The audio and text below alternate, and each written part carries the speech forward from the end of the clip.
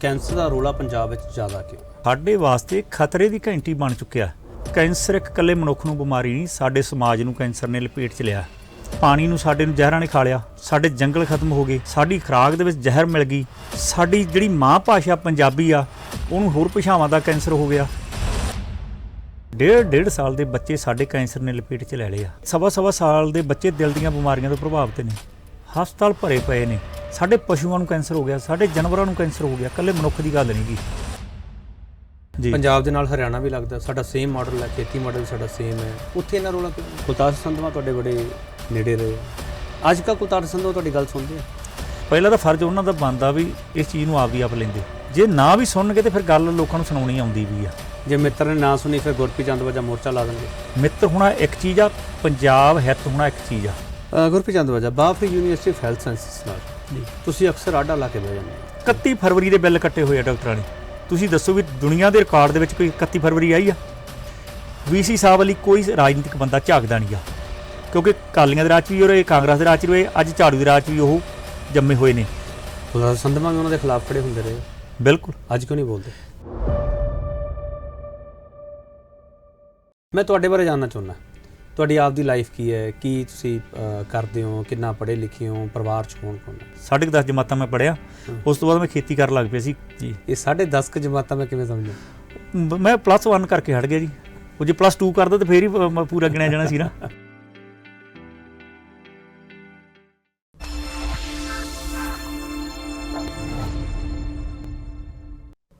Justice ਦੇਖ ਰਹੇ ਤੁਸੀਂ, ਮੈਂ KP ਸਿੰਘ ਵਿਊ ਪੁਆਇੰਟ ਵਿੱਚ ਤੁਹਾਡਾ ਸਭ ਦਾ ਸਵਾਗਤ ਕਰਦਾ ਹਾਂ। ਭਗਤ ਪੂਰਨ ਸਿੰਘ ਕੀ ਕਹਿੰਦੇ ਨੇ? ਬਾਬੇ ਨਾਨਕ ਦੀ ਬਾਣੀ ਨੇ ਸਾਨੂੰ ਕੀ ਦਿੱਤਾ? ਸਾਡੀ ਸਾਇੰਸ ਨੇ ਸਾਨੂੰ ਕੀ ਦਿੱਤਾ? ਇਹ ਸਾਰੇ ਸਵਾਲ ਸਾਡੇ ਅੱਗੇ ਖੜੇ ਆ। ਭਾਈ ਕਨਈਆ ਦੇ ਵਾਰਸ ਅਸੀਂ ਕਿਵੇਂ ਬਣ ਸਕਦੇ ਹਾਂ? ਇਹ ਸਵਾਲ ਅੱਜ ਦੇ ਇਸ ਦੌਰ ਵਿੱਚ ਤਾਂ ਪੁੱਛੇ ਜਾ ਰਹੇ ਆ। 550 ਸਾਲਾਂ ਅਸੀਂ ਮਨਾ ਲਿਆ, ਸਾਇੰਸ ਇੰਨੀ ਤਰੱਕੀ ਕਰ ਗਈ ਹੈ, ਸਾਨੂੰ ਫਿਰ ਵੀ ਬਿਮਾਰੀਆਂ ਘੇਰਦੀਆਂ ਪਈਆਂ। ਸਾਡਾ ਚੌਗਿਰਦਾ ਜਿਹੜਾ ਉਹ ਪਲੀਤ ਹੁੰਦਾ ਜਾ ਰਿਹਾ ਹੈ। ਅਤੇ ਭਾਈ ਕਨਈਆ ਜੋ ਸਾਨੂੰ ਦੇ ਗਏ ਹੈ, ਉਸ ਬਾਬਤ ਅਸੀਂ ਕੀ ਕਰਦੇ ਪਏ ਹਾਂ? ਅਸੀਂ ਸਿਹਤ ਸਿੱਖਿਆ ਦੀ ਗੱਲ ਤਾਂ ਕਰਦੇ ਪਏ ਹਾਂ, ਚੌਗਿਰਦੇ ਦੀ ਗੱਲ ਤਾਂ ਕਰਦੇ ਪਏ ਹਾਂ, ਪਰ ਉਸ 'ਤੇ ਕੰਮ ਕਿੰਨਾ ਕਰਦੇ ਪਏ ਹਾਂ?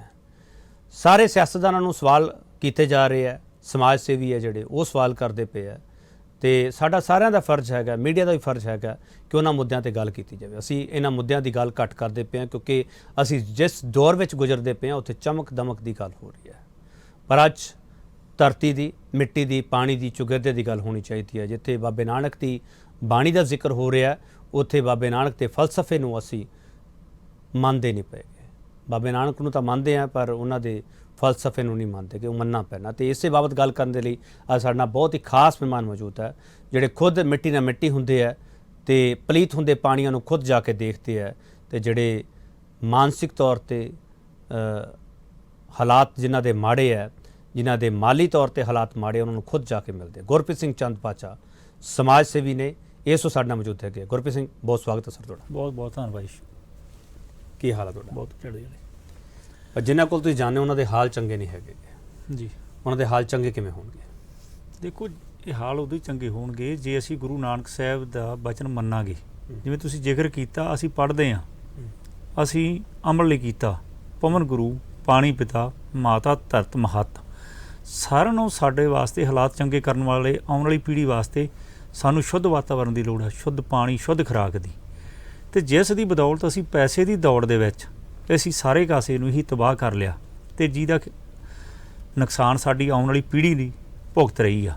ਅੱਜ ਤੁਸੀਂ ਪਿੰਡਾਂ ਦੇ ਵਿੱਚ ਜਾਓਗੇ ਅਤੇ ਕੰਬਣੀ ਛਿੜ ਜਾਂਦੀ ਹੈ ਪਰਿਵਾਰਾਂ ਨਾਲ ਜਦੋਂ ਆਪਾਂ ਮਿਲਦੇ ਹਾਂ। ਅਤੇ ਇਹ ਸਾਰਾ ਕਾਰਨ ਹੀ ਮਨੁੱਖ ਦੇ ਪਦਾਰਥਵਾਦੀ ਸੁਭਾਅ ਦੇ ਨਾਲ ਜੁੜ ਗਿਆ ਸੀ। ਅਤੇ ਤੁਸੀਂ ਇਸ ਸਮਾਜ ਸੇਵਾ ਦੇ ਕੰਮਾਂ ਵਿੱਚ ਕਿਉਂ ਪਏ? ਕੋਈ ਨਿੱਜੀ ਮੋਟਿਵ ਹੈ ਜਾਂ ਦਿਲ ਕਰਦਾ ਹੈ ਕਿ ਲੋਕਾਂ ਦੀ ਮਦਦ ਕੀਤੀ ਜਾਵੇ? ਦੇਖੋ, ਇੱਕ ਮੈਂ ਛੋਟੇ ਪਰਿਵਾਰ ਦਾ, ਕਿਸਾਨ ਪਰਿਵਾਰ ਦਾ, ਮੈਂ ਉਸ ਹਾਲਾਤਾਂ 'ਚ ਗੁਜ਼ਰਿਆ ਜੋ ਪੀੜਾਂ ਲੋਕਾਂ ਦੀਆਂ ਉਹ ਆਪਾਂ ਆਪਦੇ 'ਤੇ ਹੰਢਾ ਕੇ ਦੇਖੀਆਂ। ਹਮੇਸ਼ਾ ਜਦੋਂ ਕਿਸੇ ਦੇ ਵਿਪਤਾ ਬਣਦੀ ਹੈ ਅਤੇ ਉਹਦੇ ਨਾਲ ਕੋਈ ਖੜਦਾ ਨਹੀਂ ਗਾ। ਅਤੇ ਜਦੋਂ ਇਹ ਵੀ ਚੀਜ਼ ਹੈਗੀ ਆ ਵੀ ਸਾਨੂੰ ਗੁਰੂ ਸਾਹਿਬ ਨੇ ਦੱਸਿਆ, ਨਾਨਕ ਨਾਮ ਚੜ੍ਹਦੀ ਕਲਾ, ਤੇਰੇ ਭਾਣੇ ਸਰਬੱਤ ਦਾ ਭਲਾ। ਜਦੋਂ ਆਪਾਂ ਵਿਚਰਦੇ ਹਾਂ, ਆਪ ਨੂੰ ਕੁਦਰਤ ਨੇ ਕਹਿ ਲਈਏ ਜਾਂ ਆਪਦੇ ਪਿਤਾ ਤੋਂ, ਪੁਰਖਿਆਂ ਤੋਂ ਜ਼ਮੀਨ ਜਾਇਦਾਦ ਮਿਲੀ, ਅਸੀਂ ਉਹਦੇ 'ਚੋਂ ਆਪਦਾ ਅੰਨ ਉਗਾ ਕੇ ਆਪਦਾ ਪਰਿਵਾਰ ਚਲਾ ਰਹੇ ਹਾਂ।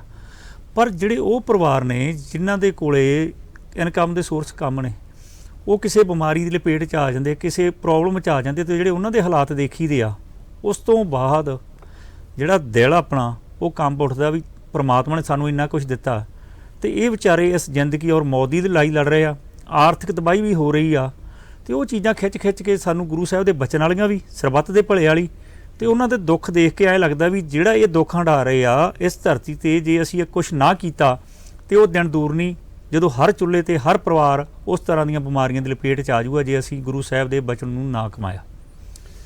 ਤੁਸੀਂ ਭਾਈ ਕਨ੍ਹਈਆ ਹਰਾਂ ਦੇ ਨਾਮ ਤੇ ਸੁਸਾਇਟੀ ਬਣਾਈ ਵੀ ਹੈ ਜੀ, ਨਰੋਏ ਪੰਜਾਬ ਦੀ ਤੁਸੀਂ ਗੱਲ ਕਰਦੇ ਹੋ ਜੀ।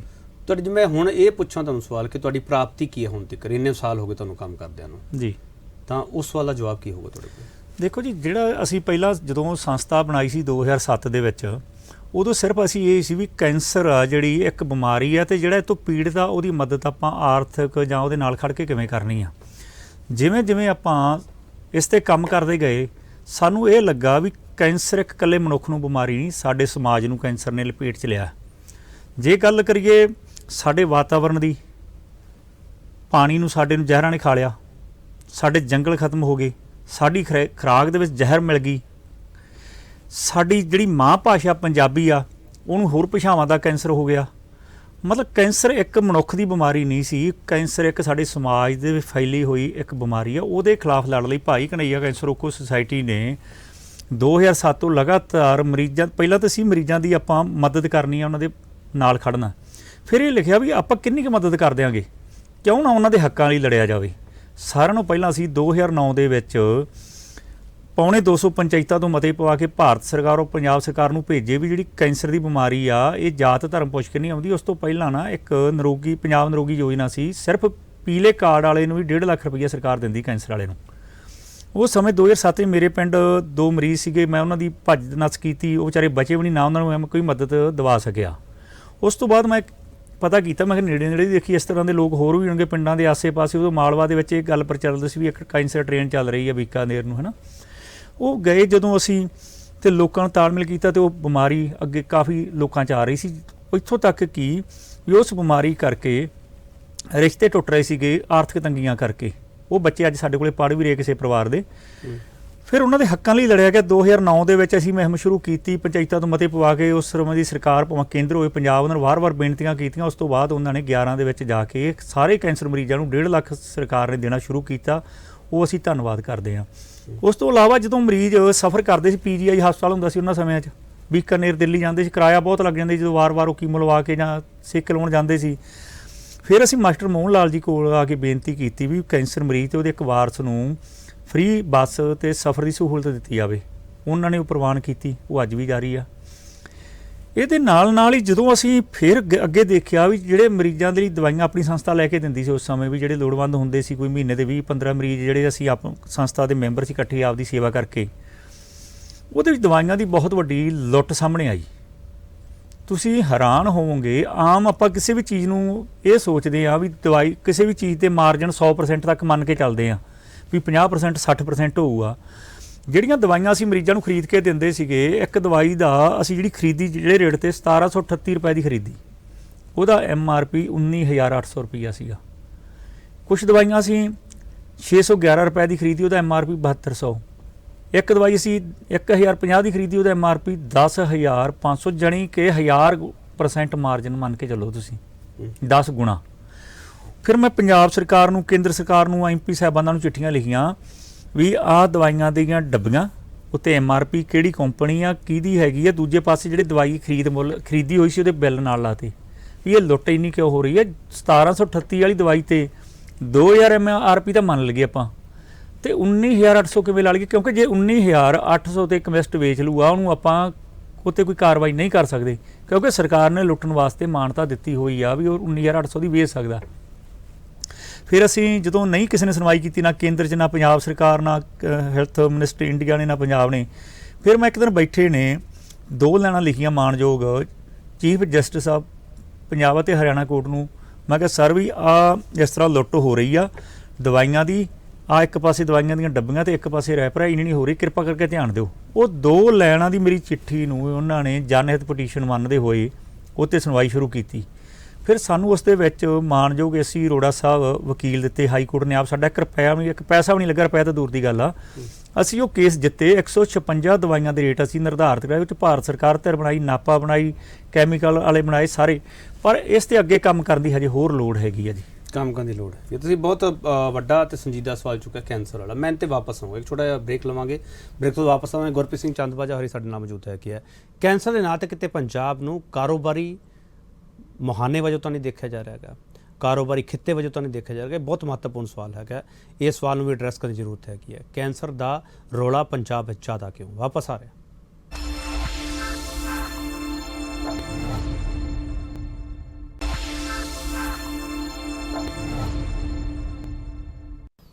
ਇੱਕ ਵਾਰ ਫਿਰ ਤੁਹਾਡਾ ਸਵਾਗਤ ਕਰਦੇ ਹਾਂ। ਗੁਰਪ੍ਰੀਤ ਸਿੰਘ ਚੰਦਬਾਜਾ ਹਰੀ ਸਾਡੇ ਨਾਲ ਹੈਗੇ। ਗੁਰਪ੍ਰੀਤ ਸਿੰਘ ਚੰਦਬਾਜਾ, ਅੱਜ ਮੈਂ ਤੁਹਾਨੂੰ ਸੁਣਨਾ ਚਾਹ ਰਿਹਾ। ਮੈਨੂੰ ਤੁਸੀਂ ਇਹ ਦੱਸੋ ਕਿ ਕੈਂਸਰ ਦਾ ਰੌਲਾ ਪੰਜਾਬ ਵਿੱਚ ਜ਼ਿਆਦਾ ਕਿਉਂ ਹੈ? ਮੈਂ ਜਾਣਨਾ ਚਾਹੁੰਦਾ ਉਹਦੀ ਵਜ੍ਹਾ ਕੀ ਹੈ, ਕੈਂਸਰ ਦੀ ਪੰਜਾਬ ਵਿੱਚ ਇੰਨਾ ਰੌਲਾ ਕਿਉਂ ਹੈ? ਨਹੀਂ, ਰੌਲਾ ਨਹੀਂ, ਸਾਡੇ ਵਾਸਤੇ ਖਤਰੇ ਦੀ ਘੰਟੀ ਬਣ ਚੁੱਕਿਆ। ਇਕੱਲੇ ਮਨੁੱਖਾਂ ਨੂੰ ਕੈਂਸਰ ਨਹੀਂ ਹੋਇਆ, 1.5 ਸਾਲ ਦੇ ਬੱਚੇ ਸਾਡੇ ਕੈਂਸਰ ਨੇ ਲਪੇਟ 'ਚ ਲੈ ਲਿਆ, ਹਸਪਤਾਲ ਭਰੇ ਪਏ ਨੇ। ਸਾਡੇ ਪਸ਼ੂਆਂ ਨੂੰ ਕੈਂਸਰ ਹੋ ਗਿਆ, ਸਾਡੇ ਜਾਨਵਰਾਂ ਨੂੰ ਕੈਂਸਰ ਹੋ ਗਿਆ, ਇਕੱਲੇ ਮਨੁੱਖ ਦੀ ਗੱਲ ਨਹੀਂ ਗੀ। ਜਿੱਥੇ ਗੱਲ ਮੈਂ ਤੁਹਾਨੂੰ ਇੱਕ ਉਦਾਹਰਨ ਦੇ ਤੌਰ ਤੇ ਦੱਸਦਾ ਵੀ 2009 ਦੇ ਵਿੱਚ ਆਪਣੇ ਗੁਰੂ ਗੋਬਿੰਦ ਸਿੰਘ ਮੈਡੀਕਲ ਹਸਪਤਾਲ ਫਰੀਦਕੋਟ ਦੇ ਵਿੱਚ ਕੈਂਸਰ ਵਿਭਾਗ ਸਥਾਪਿਤ ਹੋਇਆ। ਉਸ ਸਮੇਂ ਪੰਜਾਬ ਦੇ ਵਿੱਚ ਮਤਲਬ ਪੰਜਾਬ ਦੇ ਲੋਕ 4 ਹਸਪਤਾਲਾਂ ਜਾਂਦੇ ਸੀ, PGI, ਬੀਕਾਨੇਰ ਜਾਂ ਦਿੱਲੀ। ਉਸ ਸਮੇਂ 30 ਤੋਂ 35 ਮਰੀਜ਼ ਮਸਾਂ ਡੇਲੀ ਦੀ OPD ਹੁੰਦੀ ਸੀ ਫਰੀਦਕੋਟ ਦੇ ਹਸਪਤਾਲ ਦੀ। ਅੱਜ 22 ਤੋਂ ਵੱਧ ਹਸਪਤਾਲ ਹੋਣਗੇ ਪੰਜਾਬ ਅਤੇ ਸਾਰੇ, ਤੇ 200 ਤੋਂ 250 ਮਰੀਜ਼ ਇੱਕ ਹਸਪਤਾਲ 'ਚ ਆ ਰਿਹਾ। ਤੇ ਦੁਕਾਨ ਤੇ ਇਹ ਆ ਵੀ ਅੱਗੇ ਜਿਵੇਂ 50 ਸਾਲ ਤੋਂ ਉੱਪਰ, 40 ਸਾਲ 50 ਸਾਲ ਤੋਂ ਉੱਪਰ ਬੰਦੇ ਲਪੇਟ 'ਚ ਆ ਰਹੇ ਸੀ ਕੈਂਸਰ ਦੇ, ਅੱਜ ਸਾਡੇ 1.5 ਸਾਲ ਦੇ ਬੱਚੇ, 4 ਸਾਲ ਦੇ, 7 ਸਾਲ ਦੇ, 21 ਸਾਲ ਦੇ, 15 ਸਾਲ ਦੇ ਲਪੇਟ 'ਚ ਲੈ ਰਹੇ ਆ। ਚਿੰਤਾ ਇਸ ਇਕੱਲੀ ਕੈਂਸਰ ਹੀ ਕਿਉਂ? ਕੈਂਸਰ ਤੋਂ ਇਲਾਵਾ ਦਿਲ ਦੇ ਸਵਾ ਸਾਲ ਦੇ ਬੱਚੇ ਦਿਲ ਦੀਆਂ ਬਿਮਾਰੀਆਂ ਤੋਂ ਪ੍ਰਭਾਵਿਤ ਨੇ, ਚਮੜੀ ਦੇ ਰੋਗ ਨੇ, ਹਾਰਟ ਦੀਆਂ ਅੰਤੜੀਆਂ ਦੇ ਰੋਗ ਨੇ। ਪੰਜਾਬ ਜਿਹੜੀ ਕਿਸੇ ਸਮੇਂ ਸੂਰਬੀਰਾਂ ਦੀ ਧਰਤੀ, ਯੋਧਿਆਂ ਦੀ ਧਰਤੀ, ਬਲਵਾਨਾਂ ਦੀ ਧਰਤੀ ਸੀ, ਅੱਜ ਪੰਜਾਬ ਦੀ ਧਰਤੀ ਇਹ ਨਲਾਇਕ ਸਰਕਾਰਾਂ ਦੀ ਵਜ੍ਹਾ, ਸਾਡੇ ਨਲਾਇਕ ਲੀਡਰਾਂ ਦੀ ਵਜ੍ਹਾ, ਨਲਾਇਕ ਅਫਸਰਸ਼ਾਹੀ ਦੀ ਵਜ੍ਹਾ ਕਰਕੇ ਅੱਜ ਬਿਮਾਰਾਂ ਦੀ ਧਰਤੀ ਬਣ ਗਿਆ। ਤੇ ਪੰਜਾਬ ਦੀ ਧਰਤੀ ਤੇ ਕੋਈ ਰਹਿ ਕੇ ਰਾਜੀ ਨਹੀਂ ਆ। ਅੱਜ ਸਾਡੇ ਬੱਚੇ ਇੱਥੋਂ ਦਵਾ ਭੱਜ ਰਹੇ ਨੇ। ਹਰ ਖੇਤਰ ਦੇ ਵਿੱਚ ਹੀ ਸਾਡੇ ਪੰਜਾਬ ਨੂੰ ਪਿਛਲੇ 30-35 ਸਾਲਾਂ ਜਿਹਨਾਂ ਰਾਜ ਭਾਗ ਹੰਢਾਏ, ਉਹਨਾਂ ਨੇ ਤਬਾਹੀ ਦੇ ਕੰਢੇ ਤੇ ਲਿਆ ਖੜਾ ਕੀਤਾ ਜੀ। ਨਹੀਂ, ਤੁਹਾਨੂੰ ਕੀ ਲੱਗਦਾ ਕੈਂਸਰ ਦੀ ਵਜ੍ਹਾ ਕੀ ਹੈ? ਕਿਉਂਕਿ ਮੈਂ ਸਵਾਲ ਇਸ ਕਰਕੇ ਪੁੱਛ ਰਿਹਾ ਕਿਉਂਕਿ ਕੈਂਸਰ ਦੇ ਨਾਮ ਤੇ ਇੱਥੇ ਕਾਰੋਬਾਰ ਵੀ ਬਹੁਤ ਕੀਤਾ ਜਾ ਰਿਹਾ। ਮੈਨੂੰ ਇਹ ਕਹਿਣ ਵਿੱਚ ਕੋਈ ਗਰੇਜ ਨਹੀਂ। ਬਹੁਤ ਲੋਕ ਇਹੋ ਜਿਹੜੇ ਇਹਦੇ ਨਾਂ ਤੇ ਲੋਕਾਂ ਨੂੰ ਗੁੰਮਰਾਹ ਕਰਦੇ ਪਏ ਆ, ਕਾਰੋਬਾਰ ਕਰਦੇ ਪਏ ਆ। ਗੁਰਪ੍ਰੀਤ ਚੰਦਬਾਜਾ, ਵਜ੍ਹਾ ਕੀ ਹੈ ਪੰਜਾਬ ਦੀ? ਦੇਖੋ, ਸਾਰਿਆਂ ਨਾਲੋਂ ਵਜ੍ਹਾ ਤਾਂ ਸਾਡੀ ਇਹ ਆ ਵੀ ਸਾਡੇ ਰਹਿਣ ਸਹਿਣ ਦੇ ਢੰਗ ਬਦਲ ਗਏ। ਸਾਡੇ ਜਿਹੜੇ ਪਾਣੀ ਆ ਉਹਨਾਂ ਦੇ ਵਿੱਚ ਜ਼ਹਿਰਾਂ ਮਿਲਾ ਦਿੱਤੀਆਂ ਗਈਆਂ। ਧਰਤੀ ਹੇਠਲਾ ਪਾਣੀ ਸਾਡਾ ਜ਼ਹਿਰੀਲਾ ਹੋ ਗਿਆ। ਸਾਡੀ ਖਾਦ ਖੁਰਾਕ 'ਚ ਅਸੀਂ ਲੋੜੋਂ ਵੱਧ ਪੈਸਟੀਸਾਈਡ ਦਾ, ਖਾਦਾਂ ਦਾ ਇਸਤੇਮਾਲ ਕਰਕੇ ਅਸੀਂ ਆਪ ਦੀ ਖੁਰਾਕ ਨੂੰ ਵੀ ਜ਼ਹਿਰੀ ਕਰ ਲਿਆ। ਤੁਸੀਂ ਪੈਸਟੀਸਾਈਡ ਵੱਡੀ ਵਜ੍ਹਾ ਮੰਨਦੇ ਹੋ? ਪੈਸਟੀਸਾਈਡ ਪਾਣੀ ਦੇ ਵਿੱਚ, ਜਿਹੜਾ ਲੁਧਿਆਣੇ ਦਾ ਬੁੱਢਾ ਨਾਲਾ ਹੈ, ਉਹਦਾ ਜਿਹੜਾ ਪਾਣੀ ਆ ਉਹਦੇ ਵਿੱਚ ਇੰਡਸਟਰੀ ਦਾ ਕੈਮੀਕਲ ਛੱਡਿਆ ਜਾ ਰਿਹਾ। ਪਿਛਲੇ ਸਮੇਂ ਰਿਸਰਚ ਹੋਈ, ਮੱਛੀਆਂ ਦੇ ਵਿੱਚ ਹਰੀਕੇ ਹੈੱਡ ਤੇ ਜਾ ਕੇ 100 ਕਿਲੋਮੀਟਰ ਤੇ ਮੱਛੀਆਂ ਦੇ ਵਿੱਚ ਹੈਵੀ ਮੈਟਲ ਪਾਏ ਗਏ। ਪਸ਼ੂਆਂ ਨੂੰ ਕੈਂਸਰ ਹੋ ਗਿਆ ਕਿਉਂਕਿ ਪਸ਼ੂ ਵੀ ਉਹੀ ਹਵਾ ਲੈ ਰਹੇ ਆ, ਉਹੀ ਖੁਰਾਕ ਖਾ ਰਹੇ ਆ, ਉਹੀ ਪੱਠੇ ਖਾ ਰਹੇ ਆ, ਉਹੀ ਪਾਣੀ ਪੀ ਰਹੇ ਆ। ਸੇਮ ਲੱਛਣ ਪਾਏ ਜਾ ਰਹੇ ਜੋ ਮਨੁੱਖਾਂ ਦੇ ਵਿੱਚ ਆ, ਉਹ ਪਸ਼ੂਆਂ ਦੇ ਵਿੱਚ ਆ ਰਹੀ ਚੀਜ਼। ਤੇ ਕਾਰਨ ਸਾਡਾ ਰਹਿਣ ਸਹਿਣ ਦੇ ਢੰਗ ਬਦਲ ਗਏ, ਕੰਮ ਅਸੀਂ ਛੱਡ ਗਏ ਆ, ਖੁਰਾਕਾਂ ਸਾਡੀਆਂ ਜ਼ਹਿਰੀ ਹੋ ਗਈਆਂ। ਇਹਦੇ ਸਾਰਿਆਂ ਦੇ ਇਕੱਲੇ ਇੱਕ ਵਿਸ਼ੇਸ਼ ਚੀਜ਼ ਨੂੰ ਨਹੀਂ ਕਹਿ ਸਕਦੇ। ਇਹ ਸਾਰੀਆਂ ਚੀਜ਼ਾਂ ਦੀ ਜਿਹੜੀ ਤਾਲਮੇਲ ਆ ਉਹਦੇ ਨਾਲ ਅਸੀਂ ਇਸ ਬਿਮਾਰੀ ਦੀ ਜਕੜ ਵਿੱਚ ਆ ਰਹੇ ਹਾਂ। ਤੁਸੀਂ ਖੇਤੀ ਮਾਡਲ ਨੂੰ ਵੱਡਾ ਕਾਰਨ ਮੰਨਦੇ ਹੋ? ਨਹੀਂ, ਸਾਰੇ ਚੀਜ਼ ਹੈ। ਸਾਡੇ ਕੋਲ ਅੱਜ ਜੰਗਲ ਖਤਮ ਹੋ ਗਿਆ, ਹਵਾ ਸਾਡੀ ਜ਼ਹਿਰੀਲੀ ਹੈ। 33% ਜੰਗਲ ਚਾਹੀਦਾ, ਸਾਡੇ ਕੋਲ ਅੱਜ ਤਕਰੀਬਨ 1.5-2% 2% ਜੰਗਲ ਰਹਿ ਗਿਆ। ਖੇਤਾਂ 'ਚ ਅਸੀਂ ਰੁੱਖ ਨਹੀਂ ਛੱਡੇ, ਰੋਡਾਂ ਤੇ ਕੱਸੀਆਂ ਨਹਿਰਾਂ ਤੇ ਸਰਕਾਰ ਨੇ ਜਾਂ ਆਮ ਲੋਕਾਂ ਨੇ ਵੱਢਤੇ ਆ। ਤੇ ਜੇ ਹਵਾ ਵੀ ਲੈਣੀ ਆ ਉਹਦੇ ਅੰਦਰ ਵੀ ਜ਼ਹਿਰ ਆ। ਸਾਡੇ ਕੋਲ ਇੰਨੇ ਵਹੀਕਲ ਵੱਧ ਗਏ ਨੇ, ਇੰਨੇ ਸਾਡੀ ਹਵਾ ਦੇ ਵਿੱਚ ਜ਼ਹਿਰਾਂ ਮਿਲ ਰਹੀਆਂ ਇੰਡਸਟਰੀ ਦੀਆਂ, ਤੇ ਉਹ ਕਿੱਥੋਂ ਸਾਨੂੰ ਸਾਹ ਵੀ ਜ਼ਹਿਰੀਲਾ ਮਿਲੇਗਾ। ਮੈਂ ਤੁਹਾਡੀ ਗੱਲ ਮੰਨ ਲਈ, ਪਰ ਮੇਰਾ ਸਵਾਲ ਇਹ ਹੈ ਕਿ ਪੰਜਾਬ ਵਿੱਚ ਕੈਂਸਰ ਦਾ ਰੌਲਾ ਕਿਉਂ ਜ਼ਿਆਦਾ? ਨਹੀਂ, ਪੰਜਾਬ ਉਹਦੀ ਤਾਂ ਵੱਡੀ ਵਜ੍ਹਾ ਹੋਗੀ ਨਾ ਕੋਈ। ਪੰਜਾਬ ਨੂੰ ਸਾਰੇ ਕੈਂਸਰ ਪੀੜਤ ਦੱਸੀ ਜਾਂਦੇ। ਨਹੀਂ, ਪੰਜਾਬ ਨਹੀਂ, ਅੱਜ ਰਾਜਸਥਾਨ ਚਲੇ ਜਾਓ, ਰਾਜਸਥਾਨ ਦੇ ਵਿੱਚ ਵੀ ਜਿਹੜੇ ਪਾਣੀ ਇਸ ਨਹਿਰ ਦੇ, ਗੰਗਾ ਨਗਰ ਚਲੇ ਜਾਓ, ਗੰਗਾ ਨਗਰ ਦੇ ਪਿੰਡਾਂ ਚਲੇ ਜਾਓ, ਉਹ ਵੀ ਇਸੇ ਤਰ੍ਹਾਂ ਲਪੇਟ 'ਚ ਆਏ ਹੋਏ ਆ। ਕਿਉਂਕਿ ਸਾਡਾ ਸਾਰਾ ਵਾਤਾਵਰਨ ਜਿਹੜਾ ਜ਼ਹਿਰੀਲਾ ਹੋਣ ਦਾ ਮੁੱਖ ਕਾਰਨ ਸਾਡੀਆਂ ਇਹ ਭਿਆਨਕ ਬਿਮਾਰੀਆਂ। ਰਾਜਸਥਾਨ ਦੇ ਵਿੱਚ ਇੱਕ ਦਿਨ ਖਬਰ ਲੱਗੀ ਸੀਗੀ ਵੀ ਦੁੱਗਣਾ ਕੈਂਸਰ ਹੋ ਗਿਆ। ਅੱਗੇ ਨਾ ਇੱਕ ਪਿੰਡ ਦੇ ਵਿੱਚ ਥੋੜੇ ਜਿਹੇ ਘਰ ਆ ਤੇ ਉੱਥੇ 10-12 ਮਰੀਜ਼ ਸੀਗੇ, ਗਿਣਤੀ ਦੇ ਘਰ ਹੀ ਸੀਗੇ ਸਿਰਫ, ਛੋਟਾ ਜਿਹਾ ਮਤਲਬ ਕਹਿ ਸਕਦੇ ਹਾਂ। ਤੁਸੀਂ ਪੰਜਾਬ ਦੇ ਨਾਲ ਲੱਗਦੇ ਰਾਜਸਥਾਨ ਦੀ ਉਦਾਹਰਨ ਦਿੱਤੀ ਹੈ, ਜੀ। ਪੰਜਾਬ ਦੇ ਨਾਲ ਹਰਿਆਣਾ ਵੀ ਲੱਗਦਾ, ਸਾਡਾ ਸੇਮ ਮਾਡਲ ਹੈ, ਖੇਤੀ ਮਾਡਲ ਵੀ ਸਾਡਾ ਸੇਮ ਹੈ, ਸੇਮ ਸਾਡਾ ਰਹਿਣ ਸਹਿਣ ਹੈ, ਸਾਡਾ ਪੈਟਰਨ ਉਹੋ ਜਿਹਾ। ਉੱਥੇ ਇਹਨਾਂ ਰੌਲਾ ਕਿਉਂ ਨਹੀਂ? ਨਹੀਂ, ਰੌਲਾ ਕਾਰਨ ਕੀ ਆ? ਕੁਛ ਦੋ ਕਾਰਨ ਹੈਗੇ ਨੇ। ਇੱਕ ਕਾਰਨ ਤਾਂ ਇਹ ਆ ਵੀ ਉੱਥੋਂ ਦੇ ਅੰਕੜੇ ਹਜੇ ਆਪਣੇ ਕੋਲ ਨਹੀਂ ਗਏ। ਬਿਮਾਰੀ ਉੱਥੇ ਵੀ, ਹਰਿਆਣੇ ਦੇ ਮਰੀਜ਼ ਵੀ ਮੈਡੀਕਲ 'ਚ ਆ ਰਹੇ ਨੇ, ਠੀਕ ਆ। ਦੂਜਾ ਪੱਖ ਇਹ ਆ ਵੀ ਸਾਡੀਆਂ ਕੋਈ ਸੰਸਥਾਵਾਂ ਵੱਲੋਂ ਬਿਮਾਰੀ ਬਿਲਕੁਲ ਹੈਗੀ ਆ, ਜਿਹੜੀ ਤੁਸੀਂ ਜ਼ਿਕਰ ਕੀਤਾ। ਉਹ ਕੁਝ ਸੰਸਥਾਵਾਂ ਉਸ ਚੀਜ਼ ਨੂੰ ਵੱਧ ਉਭਾਰਦੀਆਂ ਨੇ, ਆਪਦੇ ਬਿਜ਼ਨਸ ਦੇ ਰੂਪ ਦੇ ਵਿੱਚ ਖਿੱਚ ਕੇ ਲੈ ਕੇ ਆਉਂਦੀਆਂ ਆਪਦੇ ਵੱਲੀ ਨੂੰ। ਇਹ ਚਿੰਤਾ ਦਾ ਵਿਸ਼ਾ ਦੋਵੇਂ ਪੱਖ ਤੇ ਹੈ। ਬਿਮਾਰੀ ਵੱਧ ਰਹੀ ਹੈ, ਬਿਮਾਰੀ ਇਕੱਲੇ ਪੰਜਾਬ 'ਚ ਨਹੀਂ, ਹਿਮਾਚਲ 'ਚ ਵੀ ਹੋਏਗੀ, ਹਰਿਆਣੇ 'ਚ ਤਾਂ ਹੋਏਗੀ। ਮੈਂ ਪਿਛਲੇ ਸਮੇਂ ਬੀਕਾਨੇਰ ਗਿਆ, ਜਿਹੜੀ ਕੈਂਸਰ ਟ੍ਰੇਨ ਦੀ ਗੱਲ ਕਰਦੇ, ਅੱਜ ਪੰਜਾਬ ਦੇ ਹਸਪਤਾਲ ਵੱਧ ਹੋਣ ਕਰਕੇ ਕੈਂਸਰ ਟ੍ਰੇਨ 'ਚ ਬਹੁਤੇ ਮਰੀਜ਼ ਨਹੀਂ ਸੀ, ਪਰ ਜਦੋਂ ਮੈਂ ਬੀਕਾਨੇਰ ਜਾ ਕੇ ਦੇਖਿਆ ਤੇ ਉਹ ਹਸਪਤਾਲ ਵੀ ਉਸ ਲੋਕਾਂ ਦੇ ਨਾਲ ਭਰਿਆ ਪਿਆ ਸੀ। ਕਾਰਨ ਕੀ ਆ? ਵੀ ਆਪਣੇ ਪੈਸਟੀਸਾਈਡ, ਪਾਣੀ ਦੇ ਵਿੱਚ ਜ਼ਹਿਰਾ, ਹਵਾ ਜ਼ਹਿਰੀਲੀ ਹੋਣ ਦਾ ਕਾਰਨ ਜਿਹੜੇ ਬੀਕਾਨੇਰ ਦੇ ਵਿੱਚ ਸੀ, ਉਹ ਸੈਕਟਰ ਹੁੱਕਾ ਪੀਂਦੇ ਕਰਕੇ ਉਹ ਗਲੇ ਦੇ ਜਾਂ ਉਹਨਾਂ ਬਿਮਾਰੀਆਂ ਨਾਲ ਪੀੜਤ ਸੀਗੇ। ਉਹਦੇ ਲੱਛਣ ਉਹਨਾਂ ਦੇ ਉਹ ਸੀਗੇ ਜਿਹੜੀਆਂ ਮਤਲਬ ਤੰਬਾਕੂ ਤੋਂ ਪਾਈਆਂ ਜਾਂਦੀਆਂ। ਤੰਬਾਕੂ ਦੇ ਨਾਲ ਪੰਜਾਬ ਦੇ ਵਿੱਚ 30% ਕੈਂਸਰ ਹੈ ਜੀ, ਤੁਹਾਨੂੰ ਵੀ ਇਸ ਗੱਲ ਦਾ ਪਤਾ ਹੋਊਗਾ। ਤੰਬਾਕੂ ਯੂਪੀ ਬਿਹਾਰ ਦੇ ਵਿੱਚ ਵੀ ਬਹੁਤ ਯੂਜ਼ ਹੁੰਦਾ, ਉੱਥੇ ਕੈਂਸਰ ਦਾ ਰੌਲਾ ਕਿਉਂ ਨਹੀਂ? ਮੇਰਾ ਸਵਾਲ ਤਾਂ ਇਸ ਕਰਕੇ ਹੈ, ਪੰਜਾਬ ਦੇ ਵਿੱਚ ਕਿਤੇ ਇਹ ਤਾਂ ਨਹੀਂਗਾ, ਹੋ ਸਕਦਾ ਸਵਾਲ ਮੇਰਾ ਤੁਹਾਨੂੰ ਚੁਭੇ ਮਿਸਟਰ ਗੁਰਪ੍ਰੀਤ। ਪੰਜਾਬ ਦੇ ਵਿੱਚ ਪੰਜਾਬੀਆਂ ਕੋਲੇ ਇੱਕ ਤਾਂ ਦਾਨ ਦੇਣ ਦੀ ਪ੍ਰਵਿਰਤੀ ਹੈ, ਇੱਕ ਖੁੱਲ੍ਹਾ ਖਾਣ ਪੀਣ ਦੀ ਪ੍ਰਵਿਰਤੀ ਹੈ, ਤੇ ਪੰਜਾਬੀਆਂ ਕੋਲੇ ਪੈਸਾ ਵੀ ਕਿਸੇ ਵੇਲੇ ਬਹੁਤ ਚੰਗਾ ਹੁੰਦਾ ਸੀਗਾ। ਉਸ ਵਜ੍ਹਾ ਕਰਕੇ ਪੰਜਾਬੀਆਂ ਦੇ ਨਾਂ ਤੇ ਕੈਂਸਰ ਦਾ ਕਾਰੋਬਾਰ ਤਾਂ ਨਹੀਂ ਕੀਤਾ ਜਾ ਰਿਹਾ? ਨਹੀਂ, ਇਹ 'ਚ ਹਰ ਸੰਸਥਾ ਦੇ ਵਿੱਚ, ਹਰ ਸਿਸਟਮ ਦੇ ਵਿੱਚ ਉਸ ਤਰ੍ਹਾਂ ਦੇ ਲੋਕ ਹੁੰਦੇ ਕਾਰੋਬਾਰੀ। ਉਹ ਕੈਂਪਾਂ ਦੇ ਨਾਂ ਤੇ ਮਰੀਜ਼ ਕੱਢਦੇ, ਉਹ ਪ੍ਰਾਈਵੇਟ ਹਸਪਤਾਲਾਂ ਨੂੰ ਦਿੰਦੇ ਰਹੇ ਆ, ਇਹ 'ਚ ਕੋਈ ਨਹੀਂ। ਲੇਕਿਨ ਸਾਡੇ ਤੁਸੀਂ ਉਹਨਾਂ ਤੇ ਨਕੇਲ ਕੱਸੀ, ਕਦੇ ਉਹਨਾਂ ਬਾਰੇ ਗੱਲ ਕੀਤੀ? ਬਿਲਕੁਲ, ਹਮੇਸ਼ਾ ਜਿਹੜੇ ਲੋਕ ਇਸ ਤਰ੍ਹਾਂ ਦੇ ਆ, ਅਸੀਂ ਹਮੇਸ਼ਾ ਜਿਹੜਾ ਵੀ ਕੋਈ ਗਲਤ ਕੰਮ ਕਰਦਾ ਉਹਦੇ ਵਿਰੁੱਧ ਬੋਲਦੇ ਆ। ਅਸੀਂ ਹਮੇਸ਼ਾ ਇਹ ਕਹਿੰਦੇ ਆ ਵੀ ਜਦੋਂ ਕੋਈ ਤੁਸੀਂ ਆਪਣੇ ਪਿੰਡ ਦੇ ਵਿੱਚ ਸਕਰੀਨਿੰਗ ਕੈਂਪ ਲਾਉਣਾ, ਤੁਸੀਂ ਸਰਕਾਰੀ ਹਸਪਤਾਲ ਤੋਂ ਡਾਕਟਰ ਲਓ, ਸਿਵਲ ਸਰਜਨ ਨੂੰ ਅਰਜੀ ਦਿਓ, ਥੋੜੀ 2 ਜਾਂ 3 ਹਜ਼ਾਰ ਦੀ ਦਵਾਈ ਲੱਗੂਗੀ, ਜਿਹੜੀ ਆਮ ਰੂਟੀਨ ਦੀ ਸਾਡੇ ਲੋਕਾਂ ਨੂੰ ਜਿਹੜੀ ਕੈਂਪ ਦੇ ਵਿੱਚ ਦਵਾਈ ਕੀ ਦਿੱਤੀ ਜਾ ਰਹੀ ਆ, ਤੇਜ਼ਾਬ ਦੀਆਂ ਗੋਲੀਆਂ, ਖੁਰਕ ਦੀਆਂ ਗੋਲੀਆਂ, ਸਿਰ ਦਰਦ ਦੀਆਂ, ਜੋੜਾਂ ਦੀ ਪ੍ਰੋਬਲਮ ਇਹ ਆ ਰਹੀ ਆ। ਕੈਂਸਰ ਦਾ ਟ੍ਰੀਟਮੈਂਟ ਤਾਂ ਸੰਬੰਧਿਤ ਕੈਂਸਰ ਹਸਪਤਾਲ 'ਚ ਜਾ ਕੇ ਹੋਣਾ, ਤੇ ਇਸ ਕਰਕੇ ਅਸੀਂ ਇਹ ਕਹਿੰਦੇ ਆ ਵੀ ਜੇ ਤੁਸੀਂ ਕੈਂਪ ਲਵਾਉਣਾ ਹੀ ਆ, ਸਰਕਾਰੀ ਸਿਸਟਮ ਜੇ ਇਲਾਜ ਵੀ ਕਰਾਉਣਾ, ਤੁਸੀਂ ਸਰਕਾਰੀ ਅਦਾਰੇ ਜਾਓ। ਸਰਕਾਰੀ ਅਦਾਰਿਆਂ 'ਚ ਕਮੀਆਂ ਹੈਗੀਆਂ, ਉਹਨਾਂ ਕਮੀਆਂ ਦੇ ਖਿਲਾਫ ਲੜ ਕੇ ਉਹਨਾਂ ਨੂੰ ਠੀਕ ਕਰਵਾਓ ਸਰਕਾਰਾਂ ਤੋਂ, ਸਾਡਾ ਫਰਜ਼ ਬਣਦਾ। ਇਹ ਨਹੀਂ ਵੀ ਅਸੀਂ ਕਾਰਪੋਰੇਟ ਘਰਾਣਿਆਂ ਨੂੰ ਤਕੜਾ ਕਰਨਾ ਮਰੀਜ਼ਾਂ ਦੇ ਨਾਂ ਤੇ। ਕਈ ਸਮਾਜ ਸੇਵੀ ਵੀ ਇਸ ਵਿੱਚ ਲੱਗੇ ਹੋਏ ਆ। ਮੈਨੂੰ ਇਹ ਸਵਾਲ ਕਹਿਣ ਲੱਗਿਆ ਦੁੱਖ ਵੀ ਹੁੰਦਾ, ਕਈ ਜਿਹੜੇ ਆਪਦੇ ਆਪ ਨੂੰ ਸਮਾਜ ਸੇਵੀ ਕਹਿੰਦੇ ਆ, ਪਰ ਉਹ ਇਹਨਾਂ ਕੰਮਾਂ ਵਿੱਚ ਲੱਗੇ ਹੋਏ ਆ। ਨਹੀਂ, ਬਦਕਿਸਮਤੀ ਹੈ ਸਾਡੀ। ਹਮੇਸ਼ਾ ਹੀ ਹਊਆ ਬਣਾ ਕੇ ਦੋ ਭਾਗ ਨੇ। ਤੁਸੀਂ ਇੱਕ ਜਾਗਰੂਕਤਾ ਪੈਦਾ ਕਰਨੀ, ਉਹ ਹੋਰ ਚੀਜ਼ ਆ। ਇੱਕ ਉਹਦੇ ਪਿੱਛੇ ਤੁਹਾਡਾ ਏਜੰਡਾ ਹੋਰ ਹੋਣਾ ਵੀ ਲੋਕਾਂ ਦੇ ਵਿੱਚ ਚੇਤਨਤਾ ਪੈਦਾ ਕਰਕੇ ਉਹ ਚੀਜ਼ ਨੂੰ ਉਭਾਰੋ, ਜੋ ਮਰੀਜ਼ ਮਤਲਬ ਉਸ ਨਾਂ ਤੇ ਅਸੀਂ ਆਪਣਾ ਕਾਰੋਬਾਰ ਚਲਾਈਏ। ਇਹ 'ਚ ਕੋਈ ਗਰੇਜ ਨਹੀਂ ਗਾ। ਮੈਂ ਉਹੀ ਵਾਰ ਫੇਰ ਕਹਿ ਰਿਹਾ ਵੀ ਸਾਨੂੰ ਪ੍ਰਾਈਵੇਟ ਅਦਾਰੇ, ਕੋਈ ਸੰਸਥਾ ਵੀ ਕਿਉਂ ਨਾ ਹੋਵੇ, ਸਾਨੂੰ ਉਸ ਦੀ ਸਹਾਇਤਾ ਲੈਣ ਤੋਂ ਪਹਿਲਾਂ ਸਾਨੂੰ ਸਰਕਾਰੀ ਹਸਪਤਾਲ 'ਚ ਅਰਜੀ ਦਿਓ। ਕਿਸੇ ਵੀ ਸੰਬੰਧਿਤ, ਜਿੰਨੇ ਮੈਨੂੰ ਲੋਕਾਂ ਦੇ ਫੋਨ ਆਉਂਦੇ ਨੇ, ਮੈਂ ਉਹਨਾਂ ਨੂੰ ਕਹਿੰਦਾ ਵੀ ਜੇ ਤੁਹਾਡੇ ਮੈਡੀਕਲ ਕਾਲਜ ਆ, ਤੁਸੀਂ ਉੱਥੋਂ ਦੇ ਸੁਪਰਡੈਂਟ ਕੋਲੇ ਜਾਓ।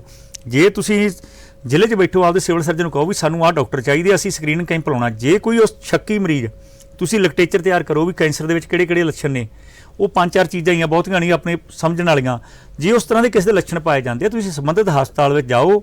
ਇਹ ਨਹੀਂ ਵੀ ਉਹ ਲੱਛਣ ਵਾਲਾ ਮਰੀਜ਼ ਜਿਹੜਾ ਕੈਂਸਰ ਵਾਲਾ ਹੀ ਹੋਏਗਾ। ਜੇ ਉਹ ਲੱਛਣ ਪਾਏ ਜਾਂਦੇ, ਡਾਕਟਰ ਰਾਏ ਦਿੰਦਾ, ਫਿਰ ਤੁਸੀਂ ਅੱਗੇ ਰੈਫਰ ਕਰ ਸਕਦਾ।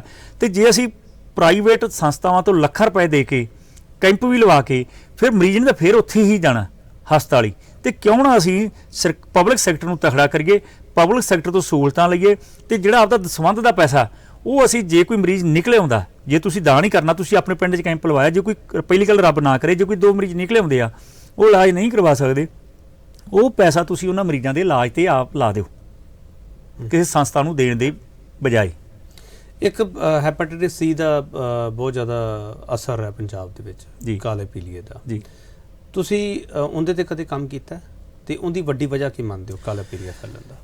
ਦੇਖੋ, ਕਾਲਾ ਪੀਲੀਆ ਜਿਹੜਾ ਉਹ ਪਾਣੀ ਦੇ ਨਾਲ, ਜਾਂ ਮਤਲਬ ਜਿਵੇਂ ਹੁਣ ਨਸ਼ੇ ਵਾਲੇ ਟੀਕੇ ਮੁੰਡੇ ਲਾ ਰਹੇ ਸੀਗੇ, ਇਹ 'ਚ ਕੁਝ ਕਾਰਨ ਹੈਗੇ ਇਹਨਾਂ ਦੇ। ਮੇਨ ਤਾਂ ਸਾਡਾ ਉਹੀ ਵਾਤਾਵਰਨ ਹੀ ਮੁੜ ਕੇ ਆਏਗਾ। ਇਹਦੇ ਪਿੱਛੇ ਵੀ ਬਹੁਤ ਵੱਡਾ ਕਾਰਨ ਸੀ। ਅਸੀਂ 2014 ਦੇ ਵਿੱਚ ਮੂਵਮੈਂਟ ਸ਼ੁਰੂ ਕੀਤੀ ਵੀ ਜੇ ਕੈਂਸਰ ਦਾ ਇਲਾਜ ਫ੍ਰੀ ਹੁੰਦਾ ਤੇ ਕਾਲੇ ਪੀਲੀਏ ਦਾ ਹੋਵੇ। ਜੇ ਸਰਕਾਰ ਕਰੂਗੀ 30-35 ਹਜ਼ਾਰ ਦਾ, ਤੇ ਆਮ 2-2 2.5 ਲੱਖ ਰੁਪਇਆ ਪੀਲੀਏ ਵਾਲੇ ਮਰੀਜ਼ਾਂ ਦਾ ਇਲਾਜ ਤੇ ਖਰਚ ਆਉਂਦਾ ਸੀਗਾ। 2014 ਚ ਅਸੀਂ 350 ਪੰਚਾਇਤਾਂ ਤੋਂ ਫਰੀਦਕੋਟ, ਮੋਗਾ, ਮੁਕਤਸਰ, ਫਿਰੋਜ਼ਪੁਰ, ਬਠਿੰਡਾ ਦੀਆਂ ਪੰਚਾਇਤਾਂ ਸਮਾਜ ਸੇਵੀ ਸੰਸਥਾਵਾਂ ਤੇ ਪਵਾ ਕੇ ਸਰਕਾਰ ਨੂੰ ਬੇਨਤੀ ਕਰਨੀ ਸ਼ੁਰੂ ਕੀਤੀ। 16 ਚ ਜਾ ਕੇ ਸਰਕਾਰ ਨੇ ਇਹ ਜਿਹੜਾ ਕਾਲੇ ਪੀਲੀਏ ਦਾ ਸੀਗਾ ਟ੍ਰੀਟਮੈਂਟ ਸਰਕਾਰੀ ਹਸਪਤਾਲ ਫ੍ਰੀ ਕਰਤਾ, ਇਕੱਲੇ ਟੈਸਟ ਹੀ ਖਰਚਾ ਹੁੰਦਾ ਸੀਗਾ। ਉਸ ਸਮੇਂ ਦੌਰਾਨ ਜਦੋਂ ਇਹ ਮਤਲਬ 16 ਸ਼ੁਰੂ ਹੋਇਆ, ਹੁਣ ਤੱਕ ਮੈਨੂੰ ਲੱਗਦਾ 1 ਲੱਖ ਤੋਂ ਵੱਧ ਕਾਲੇ ਪੀਲੀਏ ਦਾ ਮਰੀਜ਼ 1,10,000 ਸਰਕਾਰ ਦੇ ਅੰਕੜੇ ਜੀ। ਮਤਲਬ ਉਸ ਤੋਂ ਇਲਾਵਾ ਵੀ ਹੋਣਗੇ ਕਈ ਬੰਦੇ ਨਹੀਂ ਉਸ ਤਰ੍ਹਾਂ ਦੇ 2-3 ਸਾਲਾਂ ਦੇ ਉਹਨਾਂ ਦੱਸੇ 1,10,000 ਤੋਂ ਵੱਧ। ਹਾਂ ਬਿਲਕੁਲ। ਕਾਰਨ ਤਾਂ ਸਾਡਾ ਕੁੱਲ ਮਿਲਾ ਕੇ ਉਹੀ ਜੁੜ ਰਿਹਾ, ਮੁੜ ਕੇ ਭਾਵੇਂ ਧਰਤੀ ਹੇਠਲਾ ਪਾਣੀ ਹੋਵੇ, ਦਰਿਆਵਾਂ ਸਿੱਟੀ ਜਾ ਰਹੀ ਜ਼ਹਿਰ ਹੋਵੇ, ਸਾਡੀ ਖਾਦ ਖੁਰਾਕ ਹੋਵੇ, ਸਾਡੇ ਲੋੜੋਂ ਵੱਧ ਸਪਰੇਆਂ ਦਾ ਇਸਤੇਮਾਲ ਹੋਵੇ, ਸਾਡੇ ਰਹਿਣ ਸਹਿਣ ਦੇ ਢੰਗ ਹੋਣ, ਸਾਡੇ ਖਾਣ ਪੀਣ ਦੇ, ਜਿਵੇਂ ਅਸੀਂ ਘਰ ਦੀ ਚੀਜ਼ ਛੱਡ ਕੇ ਅਸੀਂ ਬਾਜ਼ਾਰੂ ਚੀਜ਼ ਖਾਣ ਲੱਗ ਪਏ ਹਾਂ, ਉਹ ਚੀਜ਼ਾਂ ਖਾ ਰਹੇ ਜਿਹੜੀਆਂ ਸਾਡਾ ਖਾਈਆ ਨਹੀਂ ਸੀਗਾ। ਤੇ ਇਹ ਚੀਜ਼ਾਂ ਦੇ ਕਾਰਨ ਤਾਂ ਬਣ ਹੀ ਰਹੇ। ਸਾਡਾ ਸਰੀਰ ਦਿਨੋਂ ਦਿਨ ਕਮਜ਼ੋਰ ਹੋ ਰਿਹਾ, ਬਿਮਾਰੀਆਂ ਸਾਡੇ ਉੱਪਰ ਦੀ ਪੈ ਰਹੀਆਂ। ਅੱਜ ਬੱਚੇ ਤੁਸੀਂ ਦੇਖੋ ਹਸਪਤਾਲ ਚਲੇ ਜਾਓ, ਸਤਮਾਈ ਠਮਾਈ ਬੱਚੇ ਪੈਦਾ ਹੋ ਰਹੇ ਆ, ਭੈਣਾਂ ਦੇ ਵਿੱਚ ਬਲੱਡ ਘਟ ਰਿਹਾ। ਤੇ ਜਿਹੜੇ ਬੱਚੇ ਮਾਂ ਦੇ ਗਰਭ ਦੇ ਵਿੱਚ ਵਿਕਾਸ ਕਰਨਾ, ਉਹ ਬਨਾਵਟੀ ਤੌਰ ਤੇ ਉਹ ਬੱਚੇ ਅੱਜ ਸਾਨੂੰ ਉਹਨਾਂ ਤੇ ਪ੍ਰਭਾਵ ਨਹੀਂ ਦਿਸ ਰਹੇ। ਜਦੋਂ 10 ਸਾਲਾਂ ਨੂੰ ਉਹ ਬੱਚੇ ਵੱਡੇ ਹੋਣਗੇ, ਸਾਨੂੰ ਉਹਨਾਂ ਦੇ ਨਿਗਾਹ ਦੇ ਵੀ, ਸਾਨੂੰ ਉਹਨਾਂ ਦੇ ਸਰੀਰ ਦੇ ਪ੍ਰਭਾਵ ਦਿਸਣਗੇ। ਅੱਜ ਸਾਨੂੰ ਲੱਗਦਾ ਸਾਡਾ ਬੱਚਾ ਬਚ ਗਿਆ, ਪਰ ਅਸੀਂ ਹਰ ਬੰਦਾ ਪੈਸੇ ਦੀ ਦੌੜ ਦੇ ਵਿੱਚ ਕਿਸੇ ਨੇ ਇਹ ਨਹੀਂ ਸੋਚ ਰਿਹਾ ਵੀ ਅਸੀਂ ਆਪਣੀ ਪੀੜ੍ਹੀ ਨੂੰ ਕੀ ਦੇ ਕੇ ਜਾ ਰਹੇ ਹਾਂ। ਅਸੀਂ ਸੋਚ ਰਹੇ ਹਾਂ ਵੱਧ ਝਾੜ ਲੈਣਾ, ਸਰਕਾਰਾਂ ਸੋਚ ਰਹੀਆਂ ਸਾਨੂੰ ਮਾਲੀਆ ਵੱਧ ਆਵੇ ਇੰਡਸਟਰੀ ਤੋਂ, ਭਾਵੇਂ ਸਾਡੇ ਲੋਕ ਧੂਏ ਨਾ ਮਰਨ, ਸਾਡੇ ਲੋਕ ਜਿਹੜੇ ਕੈਮੀਕਲ ਸਿੱਟ ਰਹੀਆਂ ਦਰਿਆਵਾਂ ਦੇ ਵਿੱਚ ਉਹਦੇ ਨਾਲ ਮਰਨ। ਉਹਦੇ ਨਾਲ ਕਿਸੇ ਨਾਲ ਨਹੀਂ, ਸਰਕਾਰ ਨੂੰ ਮਾਲੀ ਨਾ, ਕਿਸਾਨ ਨੂੰ ਇਹ ਆ ਜਿਹੜਾ ਪੜ੍ਹਿਆ ਲਿਖਿਆ ਵਰਗਾ ਜਿਹੜਾ ਲੋਕਾਂ ਨੂੰ ਗਾਈਡ ਕਰ ਸਕਦਾ, ਉਹ ਕਹਿੰਦਾ ਵੀ ਆਪਾਂ ਕੀ ਲੈਣਾ, ਆਪਾਂ ਏਸੀ 'ਚ ਬੈਠੇ ਆ, ਸੁਰਗ ਦੀ ਜ਼ਿੰਦਗੀ ਜਿਉਣੇ ਆ। ਪਰ ਮੈਂ ਇਹ ਦੱਸਣਾ ਚਾਹਾਂਗਾ, ਠੀਕ ਹੈ ਜਿਹੜੀ ਬਿਮਾਰੀ ਆਉਂਦੀ ਆ ਉਹ ਕੋਈ ਸਟੇਟਸ ਦੇਖ ਕੇ ਨਹੀਂ ਆਉਂਦੀ, ਉਹ ਸਾਡੇ ਕੁਦਰਤੀ ਵਰਤਾਰਾ ਵਰਤ ਰਿਹਾ ਖੁਰਾਕ ਦਾ। ਹਵਾ ਦੀ ਜਿਹੜੀ ਆਪਾਂ ਗੱਲ ਕੀਤੀ ਆ, ਉਹ 'ਚ ਬਚਣਾ ਇਹਨਾਂ ਲੋਕਾਂ ਨੂੰ ਨਹੀਂ। ਤੁਸੀਂ ਖੁਦ ਕਿਸਾਨ ਹੋ ਗੁਰਪ੍ਰੀਤ ਚੰਦ ਜੀ, ਤੁਸੀਂ ਕਿਸਾਨਾਂ ਨੂੰ ਵੀ ਕਟਹਿਰੇ 'ਚ ਖੜਾ ਕਰਦੇ ਨਹੀਂ? ਦੇਖੋ ਅਸੀਂ ਦੋਸ਼ੀ ਹੈਗੇ ਆ, ਮੈਂ ਆਪ ਗੁਨੇਗਾਰ ਸੀਗਾ। ਮੈਂ ਅੱਜ ਤੋਂ 8 ਸਾਲ ਪਹਿਲਾਂ ਅੱਗ ਲਾਉਂਦਾ ਸੀਗਾ, ਹੁਣ ਮੈਂ ਨਹੀਂ ਲਾਉਂਦਾਗਾ। 6 ਸਾਲ ਹੋ ਗਏ ਪਰਾਲੀ, ਮੇਰਾ ਫਸਲ ਦਾ ਝਾੜ ਵੀ ਵੱਧ ਰਿਹਾ। ਜਦੋਂ ਚੰਗੇ ਲੋਕਾਂ ਦੀ ਮੈਨੂੰ ਸੰਗਤ ਮਿਲੀ, ਮੈਂ ਉਸ ਪਾਸੇ ਨੂੰ ਤੁਰਿਆ। ਮੇਰੇ ਖੇਤ 'ਚ ਦਰਖਤ ਹੈ ਨਹੀਂ ਸੀ ਪਹਿਲਾਂ, ਮੈਂ ਹੁਣ 2-4 ਸਾਲਾਂ ਦੇ ਮੈਂ ਦਰਖਤ ਲਾਉਣੇ ਸ਼ੁਰੂ ਕੀਤੇ। ਇਸ ਵਾਰ ਮੈਂ 17-18 ਜੰਮ ਲਾਇਆ, ਮੈਂ ਹੋਰ ਲਾ ਰਿਹਾ, ਮੈਨੂੰ ਚੰਗਾ ਲੱਗ ਰਿਹਾ। ਪਹਿਲਾਂ ਇਹ ਲੱਗ ਰਿਹਾ ਸੀ ਮੇਰੇ ਖੇਤ 'ਚ ਦਰਖਤ ਹੋਊਗਾ, ਇਹਦੇ ਥੱਲੇ ਝੋਨਾ ਕਣਕ ਹੋਊ, ਇਹ ਉੱਤੇ ਛਾਂ ਹੋਊਗੀ, ਮੇਰਾ ਝਾੜ ਘਟੂਗਾ। ਪਰ ਜਦੋਂ ਅਸੀਂ ਇਹ ਦੇਖ ਰਹੇ ਵੀ ਸਰੀਰ ਨਾਲੋਂ, ਤੰਦਰੁਸਤੀ ਨਾਲੋਂ ਕੋਈ ਚੀਜ਼ ਦੀ ਕੀਮਤ ਨਹੀਂ, ਇਹ ਅਮੁੱਲ ਆ ਸਰੀਰ। ਜੇ ਤੰਦਰੁਸਤ ਆ ਅਸੀਂ ਅਰਬਾਂਪਤੀ ਹਾਂ। ਪਿਛਲੇ ਸਮੇਂ ਦੌਰਾਨ ਪੰਜਾਬ ਦੇ 3 ਉਹ ਘਰਾਣੇ ਜਿਨ੍ਹਾਂ ਨੇ ਮੁੱਖ ਮੰਤਰੀ ਰਹੇ ਆ, ਜਿਨ੍ਹਾਂ ਦੇ ਪਰਿਵਾਰ, ਉਹਨਾਂ ਪਰਿਵਾਰਾਂ ਨੇ ਵੀ ਕੈਂਸਰ ਦਾ ਸੰਤਾਪ ਦੇਖਿਆ। ਉਹ ਪੈਸੇ ਨਾਲ ਜ਼ਿੰਦਗੀ ਉਹਨਾਂ ਨੇ ਜ਼ਰੂਰ ਥੋੜ੍ਹੀ ਬਹੁਤੀ ਲੰਬੀ ਕੀਤੀ ਹੋਊਗੀ, ਪਰ ਇੱਕ ਗਰੀਬ ਬੰਦਾ, ਉਹਦੇ ਕੋਲ ਪੈਸਾ ਹੈ ਨਹੀਂ। ਸਰੀਰਕ ਤਕਲੀਫ ਅਮੀਰ ਨੂੰ ਵੀ ਉਨੀ ਮਿਲਣੀ ਆ, ਗਰੀਬ ਨੂੰ ਵੀ ਉਨੀ ਮਿਲਣੀ ਆ। ਇਸ ਕਰਕੇ ਸਾਨੂੰ ਸਾਰਿਆਂ ਨਾਲੋਂ ਪਹਿਲਾਂ ਆਪਦੀ ਖੁਰਾਕ, ਆਪਦਾ ਵਾਤਾਵਰਨ ਸੰਭਾਲਣ ਵਾਲੇ ਪਾਸੇ ਤੁਰਨਾ ਪਊਗਾ। ਮੈਂ ਕਿਸਾਨ ਵੀਰਾਂ ਨੂੰ ਵੀ ਬੇਨਤੀ ਕਰਦਾ ਵੀ ਠੀਕ ਆ, ਅਸੀਂ ਸਰਕਾਰਾਂ ਨਾਲ ਲੜਨਾ, ਅਸੀਂ ਆਪਣੇ ਅੰਦਰ ਵੀ ਝਾਤੀ ਮਾਰ ਕੇ ਧਰਤੀ ਹੇਠਲੇ ਪਾਣੀ ਡੂੰਘੇ ਹੋ ਗਏ। ਜਿਹੜੇ ਵਿਦਵਾਨਾਂ ਨੇ ਸਾਨੂੰ ਕਿਹਾ, ਅਸੀਂ ਕਦੇ ਗੌਰ ਨਹੀਂ ਕੀਤੀ। ਹਰ ਸਾਲ ਅਸੀਂ ਮੋਟਰ ਡੂੰਘੀ ਕਰ ਰਹੇ ਹਾਂ, ਅਤੇ ਜਿਹੜੇ ਥੱਲੇ ਵਾਲੇ ਪਾਣੀ ਵੀ ਸਾਡੇ ਜ਼ਹਿਰੀਲੇ ਆ ਰਹੇ। ਆਪਣੇ ਫਰੀਦਕੋਟ ਪਿਛਲੇ ਦਿਨੀ ਰਿਪੋਰਟ ਆਈ ਆ, ਪਾਣੀ ਦੇ ਵਿੱਚ ਯੂਰੇਨੀਅਮ 3 ਗੁਣਾ ਵੱਧ ਉਹ 'ਚ, ਅਤੇ ਆਰਸੈਨਿਕ ਆ ਰਹੇ ਨੇ। ਆਰਸੈਨਿਕ ਉਹ ਨੇ ਜਿਹੜੇ ਸਾਡੇ ਬਜ਼ੁਰਗ ਦੱਸਦੇ ਹੁੰਦੇ ਸੀ ਸੈਂਖੀਆ, ਵੀ ਜਦੋਂ ਕਿਸੇ ਦੁਸ਼ਮਣ ਨੂੰ, ਕਿਸੇ ਨੂੰ ਮਾਰਨਾ ਹੋਵੇ, ਸੈਂਖੀਆ ਦੇਤਾ ਵੀ ਹੌਲੀ ਹੌਲੀ ਹੌਲੀ ਹੌਲੀ ਉਹ ਬੰਦਾ ਵਿਲਕ ਵਿਲਕ ਮਰਦਾ, ਵੀ ਉਹਨੂੰ ਸਰੀਰ ਕਮਜ਼ੋਰ ਹੋਇਆ, ਬਿਮਾਰੀਆਂ ਉਹਦੇ ਉੱਤੋਂ ਦੀ ਪੈ ਰਹੀਆਂ। ਸਾਡੇ ਗਰਾਊਂਡ ਵਾਟਰ 'ਚ ਇਹ ਕੁਛ ਆ ਗਿਆ। ਜਿਹੜਾ ਸਾਡੇ ਵਾਟਰ ਬਕਸਾਂ 'ਤੇ ਜਾ ਰਿਹਾ ਪਾਣੀ, ਉਹਦੇ ਵਿੱਚ ਵੀ ਹੈਵੀ ਮੈਟਲ ਬਹੁਤ ਜ਼ਿਆਦਾ, ਅਤੇ ਪਾਣੀ ਤੋਂ ਬਿਨਾਂ ਸਾਡੀ ਜ਼ਿੰਦਗੀ ਨਹੀਂ ਜੀ। ਇਹ ਬਹੁਤ ਮਹੱਤਵਪੂਰਨ ਸਵਾਲ ਹੈ। ਪਾਣੀ ਹੈ ਜਿਹੜਾ ਸਾਡਾ ਖਰਾਬ ਹੋ ਰਿਹਾ, ਅਤੇ 5 ਪਾਣੀ ਦੀ ਧਰਤੀ ਹੀ ਪੰਜਾਬ ਨੂੰ ਕਹਿੰਦੇ ਆ, ਹੁਣ ਤਾਂ 2.5 ਦਰਿਆਵਾਂ ਦੀ ਧਰਤੀ ਹੈ। ਚਲੋ ਮੈਂ ਇੱਕ ਹੋਰ ਛੋਟਾ ਜਿਹਾ ਵਕਫਾ ਲਊਂਗਾ, ਵਕਤ ਤੋਂ ਵਾਪਸ ਆਵਾਂ ਕਿ ਕੁਲਤਾਰ ਸਿੰਘ ਸੰਧਵਾਂ ਸਪੀਕਰ ਨੇ ਇਸ ਵਕਤ ਵਿਧਾਨ ਸਭਾ ਪੰਜਾਬ ਦੇ, ਅਤੇ ਗੁਰਪ੍ਰੀਤ ਸਿੰਘ ਚੰਦਵਾਜਾ ਹਰਾਂ ਦੇ ਬੜੇ ਕਰੀਬੀ ਰਹੇ, ਇਹਨਾਂ ਨਾਲ ਕੰਮ ਕਰਦੇ ਰਹੇ। ਹੁਣ ਇਹਨਾਂ ਦੀ ਕਿੰਨੀ ਸੁਣਦੇ ਆ, ਸਵਾਲ ਇਹ ਵੀ ਹੋਵੇਗਾ। ਅਤੇ ਬਾਫਰੀ ਯੂਨੀਵਰਸਿਟੀ ਆਫ ਹੈਲਥ ਸਾਇੰਸਿਸ ਨਾਲ ਇਹ ਬਹੁਤ ਪੰਗੇ ਲੈਂਦੇ ਆ, ਪਤਾ ਨਹੀਂ ਕਿਉਂ। ਵਾਪਸ ਆ ਰਿਹਾ।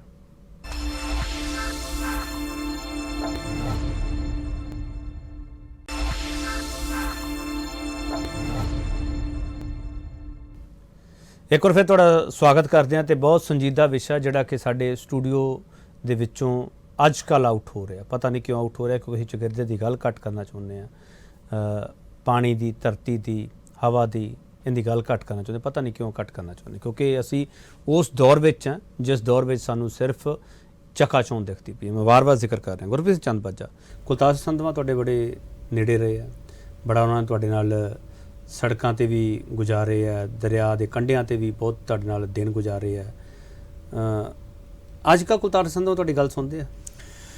ਦੇਖੋ ਜੀ, ਗੱਲ ਇਹ ਆ ਵੀ ਕੁਲਤਾਰ ਸਿੰਘ ਸੰਧਵਾਂ ਨੇ ਜਿੱਥੇ ਬਤੌਰ ਭਾਈ ਕਨ੍ਹਈਆ ਕੈਂਸਰ ਰੋਕੋ ਸੇਵਾ ਸੁਸਾਇਟੀ ਦੇ ਸੀਨੀਅਰ ਮੀਤ ਪ੍ਰਧਾਨ ਤੇ ਸੇਵਾਵਾਂ ਦਿੱਤੀਆਂ, ਬਹੁਤ ਕਾਬਲੇ ਤਾਰੀਫ ਆ। ਲੇਕਿਨ ਉਹ ਸਰਕਾਰ 'ਚ ਹੁਣ ਆ ਗਏ ਨੇ। ਪਹਿਲਾਂ ਤਾਂ ਫਰਜ਼ ਉਹਨਾਂ ਦਾ ਬਣਦਾ ਵੀ ਉਹ ਸਰਕਾਰ ਦੇ ਜਿਵੇਂ ਵਿਧਾਨ ਸਭਾ ਦੇ ਸਪੀਕਰ ਨੇ ਇਸ ਚੀਜ਼ ਨੂੰ ਆਪਦੀ ਆਪ ਲੈਂਦੇ। ਪਰ ਅੱਜ ਅਸੀਂ ਪੰਜਾਬ ਦੇ ਵਾਤਾਵਰਣ ਪ੍ਰੇਮੀ ਸਮਾਜ ਸੇਵੀ ਅੱਜ ਮੀਟਿੰਗ ਲੈ ਰਹੇ ਹਾਂ। ਜੇ ਨਾ ਵੀ ਸੁਣਨਗੇ ਤਾਂ ਫਿਰ ਗੱਲ ਲੋਕਾਂ ਨੂੰ ਸੁਣਾਉਣੀ ਆਉਂਦੀ ਵੀ ਆ। ਮਿੱਤਰ ਹੋਣਾ ਇੱਕ ਚੀਜ਼ ਆ, ਪੰਜਾਬ ਹਿੱਤ ਹੋਣਾ ਇੱਕ ਚੀਜ਼ ਆ। ਮਿੱਤਰ ਹੋਣ ਦੇ ਨਾਲ ਜੇ ਪੰਜਾਬ ਦੇ ਉਹ ਜਿਹੜੇ ਮੁੱਦੇ ਵਿਰੋਧੀ ਧਿਰ 'ਚ ਹੁੰਦੇ ਆ ਨਿਭਾਉਂਦੇ ਰਹੇ ਆ, ਜੇ ਉਹ ਨਿਭਾਉਣਗੇ ਧੰਨਵਾਦ ਉਹਨਾਂ ਦਾ, ਉਹਨਾਂ ਦੀ ਸਰਕਾਰ ਦਾ। ਤੇ ਜੇ ਉਹ ਉਸ ਤੋਂ ਪਾਸਾ ਵੱਟਣਗੇ ਤੇ ਫਿਰ ਲੋਕਾਂ ਨੂੰ ਸਿੱਧੇ ਰਾਹ ਪਾਉਣਾ ਆਉਂਦਾ। ਜੇ ਮਿੱਤਰ ਨੇ ਨਾ ਸੁਣੀ ਫਿਰ ਗੁਰਪ੍ਰੀਤ ਚੰਦਬਾਜਾ ਮੋਰਚਾ ਲਾ ਦੇਣਗੇ। ਮਿੱਤਰ ਨਹੀਂ, ਮੈਨੂੰ ਪਹਿਲਾਂ ਪੰਜਾਬ ਪਿਆਰਾ। ਜਿਸ ਧਰਤੀ ਤੇ ਅਸੀਂ ਆਪਦਾ ਜੀਵਨ ਬਸਰ ਕਰ ਰਹੇ ਹਾਂ ਉਹਦਾ ਦੇਣ ਅਸੀਂ ਕਦੇ ਨਹੀਂ ਦੇ ਸਕਦੇ, ਉਹਨੂੰ ਪਿੱਠ ਨਹੀਂ ਦਿਖਾ ਸਕਦੇ। ਮਿੱਤਰ ਹੋਰ ਵੀ ਬਣ ਜਾਣਗੇ, ਮਿੱਤਰ ਉਹ ਦੁਬਾਰਾ ਵੀ ਬਣ ਸਕਦੇ ਆ, ਪਰ ਉਹਨਾਂ ਦਾ ਮੁੱਢਲਾ ਫਰਜ਼ ਬਣਦਾ ਵੀ ਸਰਕਾਰ 'ਚ ਬੈਠੇ ਨੇ। ਦਰਿਆਵਾਂ ਵਿੱਚ ਜਿਹੜੀ ਜ਼ਹਿਰ ਸਿੱਟੀ ਜਾ ਰਹੀ ਹੈ, ਭਾਰਤ ਦਾ ਸੰਵਿਧਾਨ ਕਹਿੰਦਾ ਤੁਸੀਂ ਵਗਦੇ ਪਾਣੀ ਦੇ ਵਿੱਚ ਇੱਕ ਚਮਚਾ ਗੰਦਗੀ ਦਾ ਨਹੀਂ ਪਾ ਸਕਦੇ। ਤੇ ਪਰ ਅੱਜ ਸਾਡੇ ਕਰੋੜਾਂ ਲੀਟਰ ਡੇਲੀ ਦਰਿਆਵਾਂ ਦੇ ਵਿੱਚ ਜ਼ਹਿਰ ਮਿਲਾ ਕੇ ਸਾਡੇ ਲੋਕਾਂ ਨੂੰ ਮਾਰਿਆ ਜਾ ਰਿਹਾ, ਸਾਡੀ ਨਸਲਕੁਸ਼ੀ ਕੀਤੀ ਜਾ ਰਹੀ ਆ। ਜਿੱਥੇ ਫਸਲ ਸਾਡੀ ਜ਼ਮੀਨ ਬਾਹਜ ਹੋ ਰਹੀ ਆ, ਬਨਸਪਤੀ ਸੁੱਕ ਰਹੀ ਆ, ਸਾਡੇ ਪਸ਼ੂ ਲਪੇਟ 'ਚ ਆ ਗਏ ਬਿਮਾਰੀਆਂ ਦੇ, ਸਾਡੇ ਬੱਚੇ ਆ ਰਹੇ ਆ। ਸਾਡੇ ਵਾਸਤੇ ਪਹਿਲਾਂ ਆਪਣੀ ਨਸਲ ਆ, ਆਪਣੀ ਫਸਲ ਆ, ਬਾਕੀ ਚੀਜ਼ਾਂ ਬਾਅਦ ਦੀ ਗੱਲ ਆ। ਮੇਰਾ ਸਵਾਲ ਇਸ ਕਰਕੇ ਸੀਗਾ ਕੁਲਤਾਰ ਸਿੰਘ ਸੰਧਮਾ ਬਾਰੇ, ਕਿਉਂਕਿ ਕੁਲਤਾਰ ਸਿੰਘ ਸੰਧਮਾ ਦੇ ਬਾਰੇ ਅਕਸਰ ਤੁਸੀਂ ਵੀ ਜ਼ਿਕਰ ਕਰਦੇ ਹੋ ਜਦੋਂ ਤੁਹਾਡੇ ਨਾਲ ਲੋਕ ਕੰਮ ਕਰਦੇ ਰਹੇ। ਹੁਣ ਕਦੇ ਕੁਲਤਾਰ ਸਿੰਘ ਸੰਧਮਾ ਨੇ ਸਪੀਕਰ ਬਣਨ ਤੋਂ ਬਾਅਦ ਕਦੇ ਕਿਹਾ ਗੁਰਪ੍ਰੀਤ ਚੰਦਬਾਜਾ ਮੈਨੂੰ ਕੰਮ ਦੱਸੋ ਜਿਹੜੇ ਅਧੂਰੇ ਆ ਮੈਂ ਪੂਰੇ ਕਰਾਂ? ਦੇਖੋ ਕੰਮ ਉਹਨਾਂ ਨੂੰ ਪਤਾ ਹੀ ਆ ਵੀ ਜੋ ਸੰਸਥਾ 'ਚ ਕਰਦੇ ਆਏ ਆ। ਤੇ ਫਿਰ ਤੁਹਾਨੂੰ ਮੀਟਿੰਗ ਕਿਉਂ ਲੈਣੀ ਪੈ ਰਹੀ ਹੈ? ਮੀਟਿੰਗ ਦੇਖੋ ਵਿਧਾਨ ਸਭਾ ਕਿਉਂ ਮੰਗ ਪੱਤਰ ਦੇਣੇ ਪੈ ਰਹੇ? ਨਹੀਂ, ਮੰਗ ਪੱਤਰ ਦੇਣਾ ਫਰਜ਼ ਬਣਦਾ ਨਾ। ਜਦੋਂ ਸਰਕਾਰ 'ਚ ਬੰਦਾ ਆਉਂਦਾ, ਜਿਹੜੇ ਬੰਦੇ ਕਦੇ ਦੇਖੇ ਨਹੀਂ ਹੁੰਦੇ ਉਹ ਫਿਰ ਆ ਕੇ ਦਾਲਾ ਵੱਲ ਲੈਂਦੇ ਨੇ। ਤੇ ਆਪਾਂ ਪੋਲੀਟੀਕਲੀ ਆਪਾਂ ਕਿਸੇ ਰਾਜਨੀਤਿਕ ਪਾਰਟੀ ਦੇ ਮੈਂਬਰ ਨਹੀਂ ਗਏ। ਅਸੀਂ ਸਿਰਫ ਲੋਕਾਂ ਦੇ ਹੱਕਾਂ ਦੀ ਗੱਲ ਲੈ ਕੇ, ਭਾਵੇਂ ਉਹ ਲੋਕ ਸਭਾ ਦੇ ਆਪਣੇ ਵਿਧਾਨ ਸਭਾ ਦੇ ਸਪੀਕਰ ਹੋਣ, ਭਾਵੇਂ ਮੁੱਖ ਮੰਤਰੀ ਸਾਹਿਬ ਨੂੰ ਵੀ ਬੇਨਤੀ ਕਰਾਂਗੇ। ਸਮੇਂ-ਸਮੇਂ ਤੇ ਮੈਡੀਕਲ ਲਈ ਅਸੀਂ ਸਿਹਤ ਮੰਤਰੀ ਨੂੰ ਵੀ ਕਰਦੇ ਰਹੇ। ਇਸੇ ਸੰਬੰਧ ਵਿੱਚ ਇਕੱਠੇ ਹੋ ਕੇ ਕੇਂਦਰੀ ਮੰਤਰੀ ਜਲ ਸਰੋਤ ਭਾਰਤ ਸਰਕਾਰ ਸ਼੍ਰੀ ਗਜੇਂਦਰ ਸ਼ੇਖਾਵਤ ਜੀ ਨੂੰ ਮਿਲਦੇ ਰਹੇ ਆ, ਲੋਕ ਸਭਾ ਦੇ ਸਪੀਕਰ ਨੂੰ ਮਿਲਦੇ। ਸਾਡਾ ਫਰਜ਼ ਬਣਦਾ ਵੀ ਜੇ ਉਹਨਾਂ ਕੋਲ ਸਮਾਂ ਨਹੀਂ ਇਸ ਪਾਸੇ ਅਸੀਂ ਧਿਆਨ ਦੇ ਲਾ, ਉਹਨਾਂ ਨੂੰ ਜਗਾਈਏ, ਉਹਨਾਂ ਨੂੰ ਦੱਸੀਏ ਇਹ ਤੁਹਾਡਾ ਮੁੱਢਲਾ ਕਰਤੱਵ ਆ, ਉੱਠੋ ਜਾਗੋ। ਸਰਕਾਰ ਦਾ ਫਰਜ਼ ਆ ਸਿਹਤ, ਸਿੱਖਿਆ ਤੇ ਵਾਤਾਵਰਣ ਦੋਵਾਂ ਤੋਂ ਪਹਿਲਾ ਪੱਖ ਆ ਵੀ ਚੋਰ ਨੂੰ ਮਾਰਨ ਨਾਲੋਂ ਚੋਰ ਦੀ ਮਾਂ ਨੂੰ ਮਾਰ ਗਏ, ਬਿਮਾਰੀਆਂ ਪੈਦਾ ਹੀ ਨਾ ਹੋਣ। ਅਸੀਂ ਇਸ ਤਰ੍ਹਾਂ ਦਾ ਆਪਦੀ ਆਉਣ ਵਾਲੀ ਪੀੜ੍ਹੀ ਨੂੰ ਤੰਦਰੁਸਤ ਵਾਤਾਵਰਣ ਦੇ ਕੇ ਜਾਈਏ। ਤੁਸੀਂ ਗ੍ਰੀਨ ਮੈਨੀਫੈਸਟੋ ਚੱਕਿਆ ਸੀ, ਮੈਨੂੰ ਯਾਦ ਹੈ ਜੀ, ਚੋਣਾਂ ਤੋਂ ਪਹਿਲਾਂ ਜੀ। ਉਹਨਾਂ ਨੂੰ ਭੁੱਲ ਗਿਆ ਗ੍ਰੀਨ ਮੈਨੀਫੈਸਟੋ? ਇਹ ਸਵਾਲ ਤੁਸੀਂ ਉਹਨਾਂ ਨੂੰ ਕਰਿਓ। ਸਾਡਾ ਜਿਹੜਾ ਫਰਜ਼ ਆ, ਜੇ ਸਾਡੀ ਗੱਲ ਸੁਣਨਗੇ ਤੇ ਅਸੀਂ ਆਪਣੀ ਗੱਲ ਸੁਣਾਉਣ ਵਾਸਤੇ ਜਾ ਰਹੇ ਹਾਂ।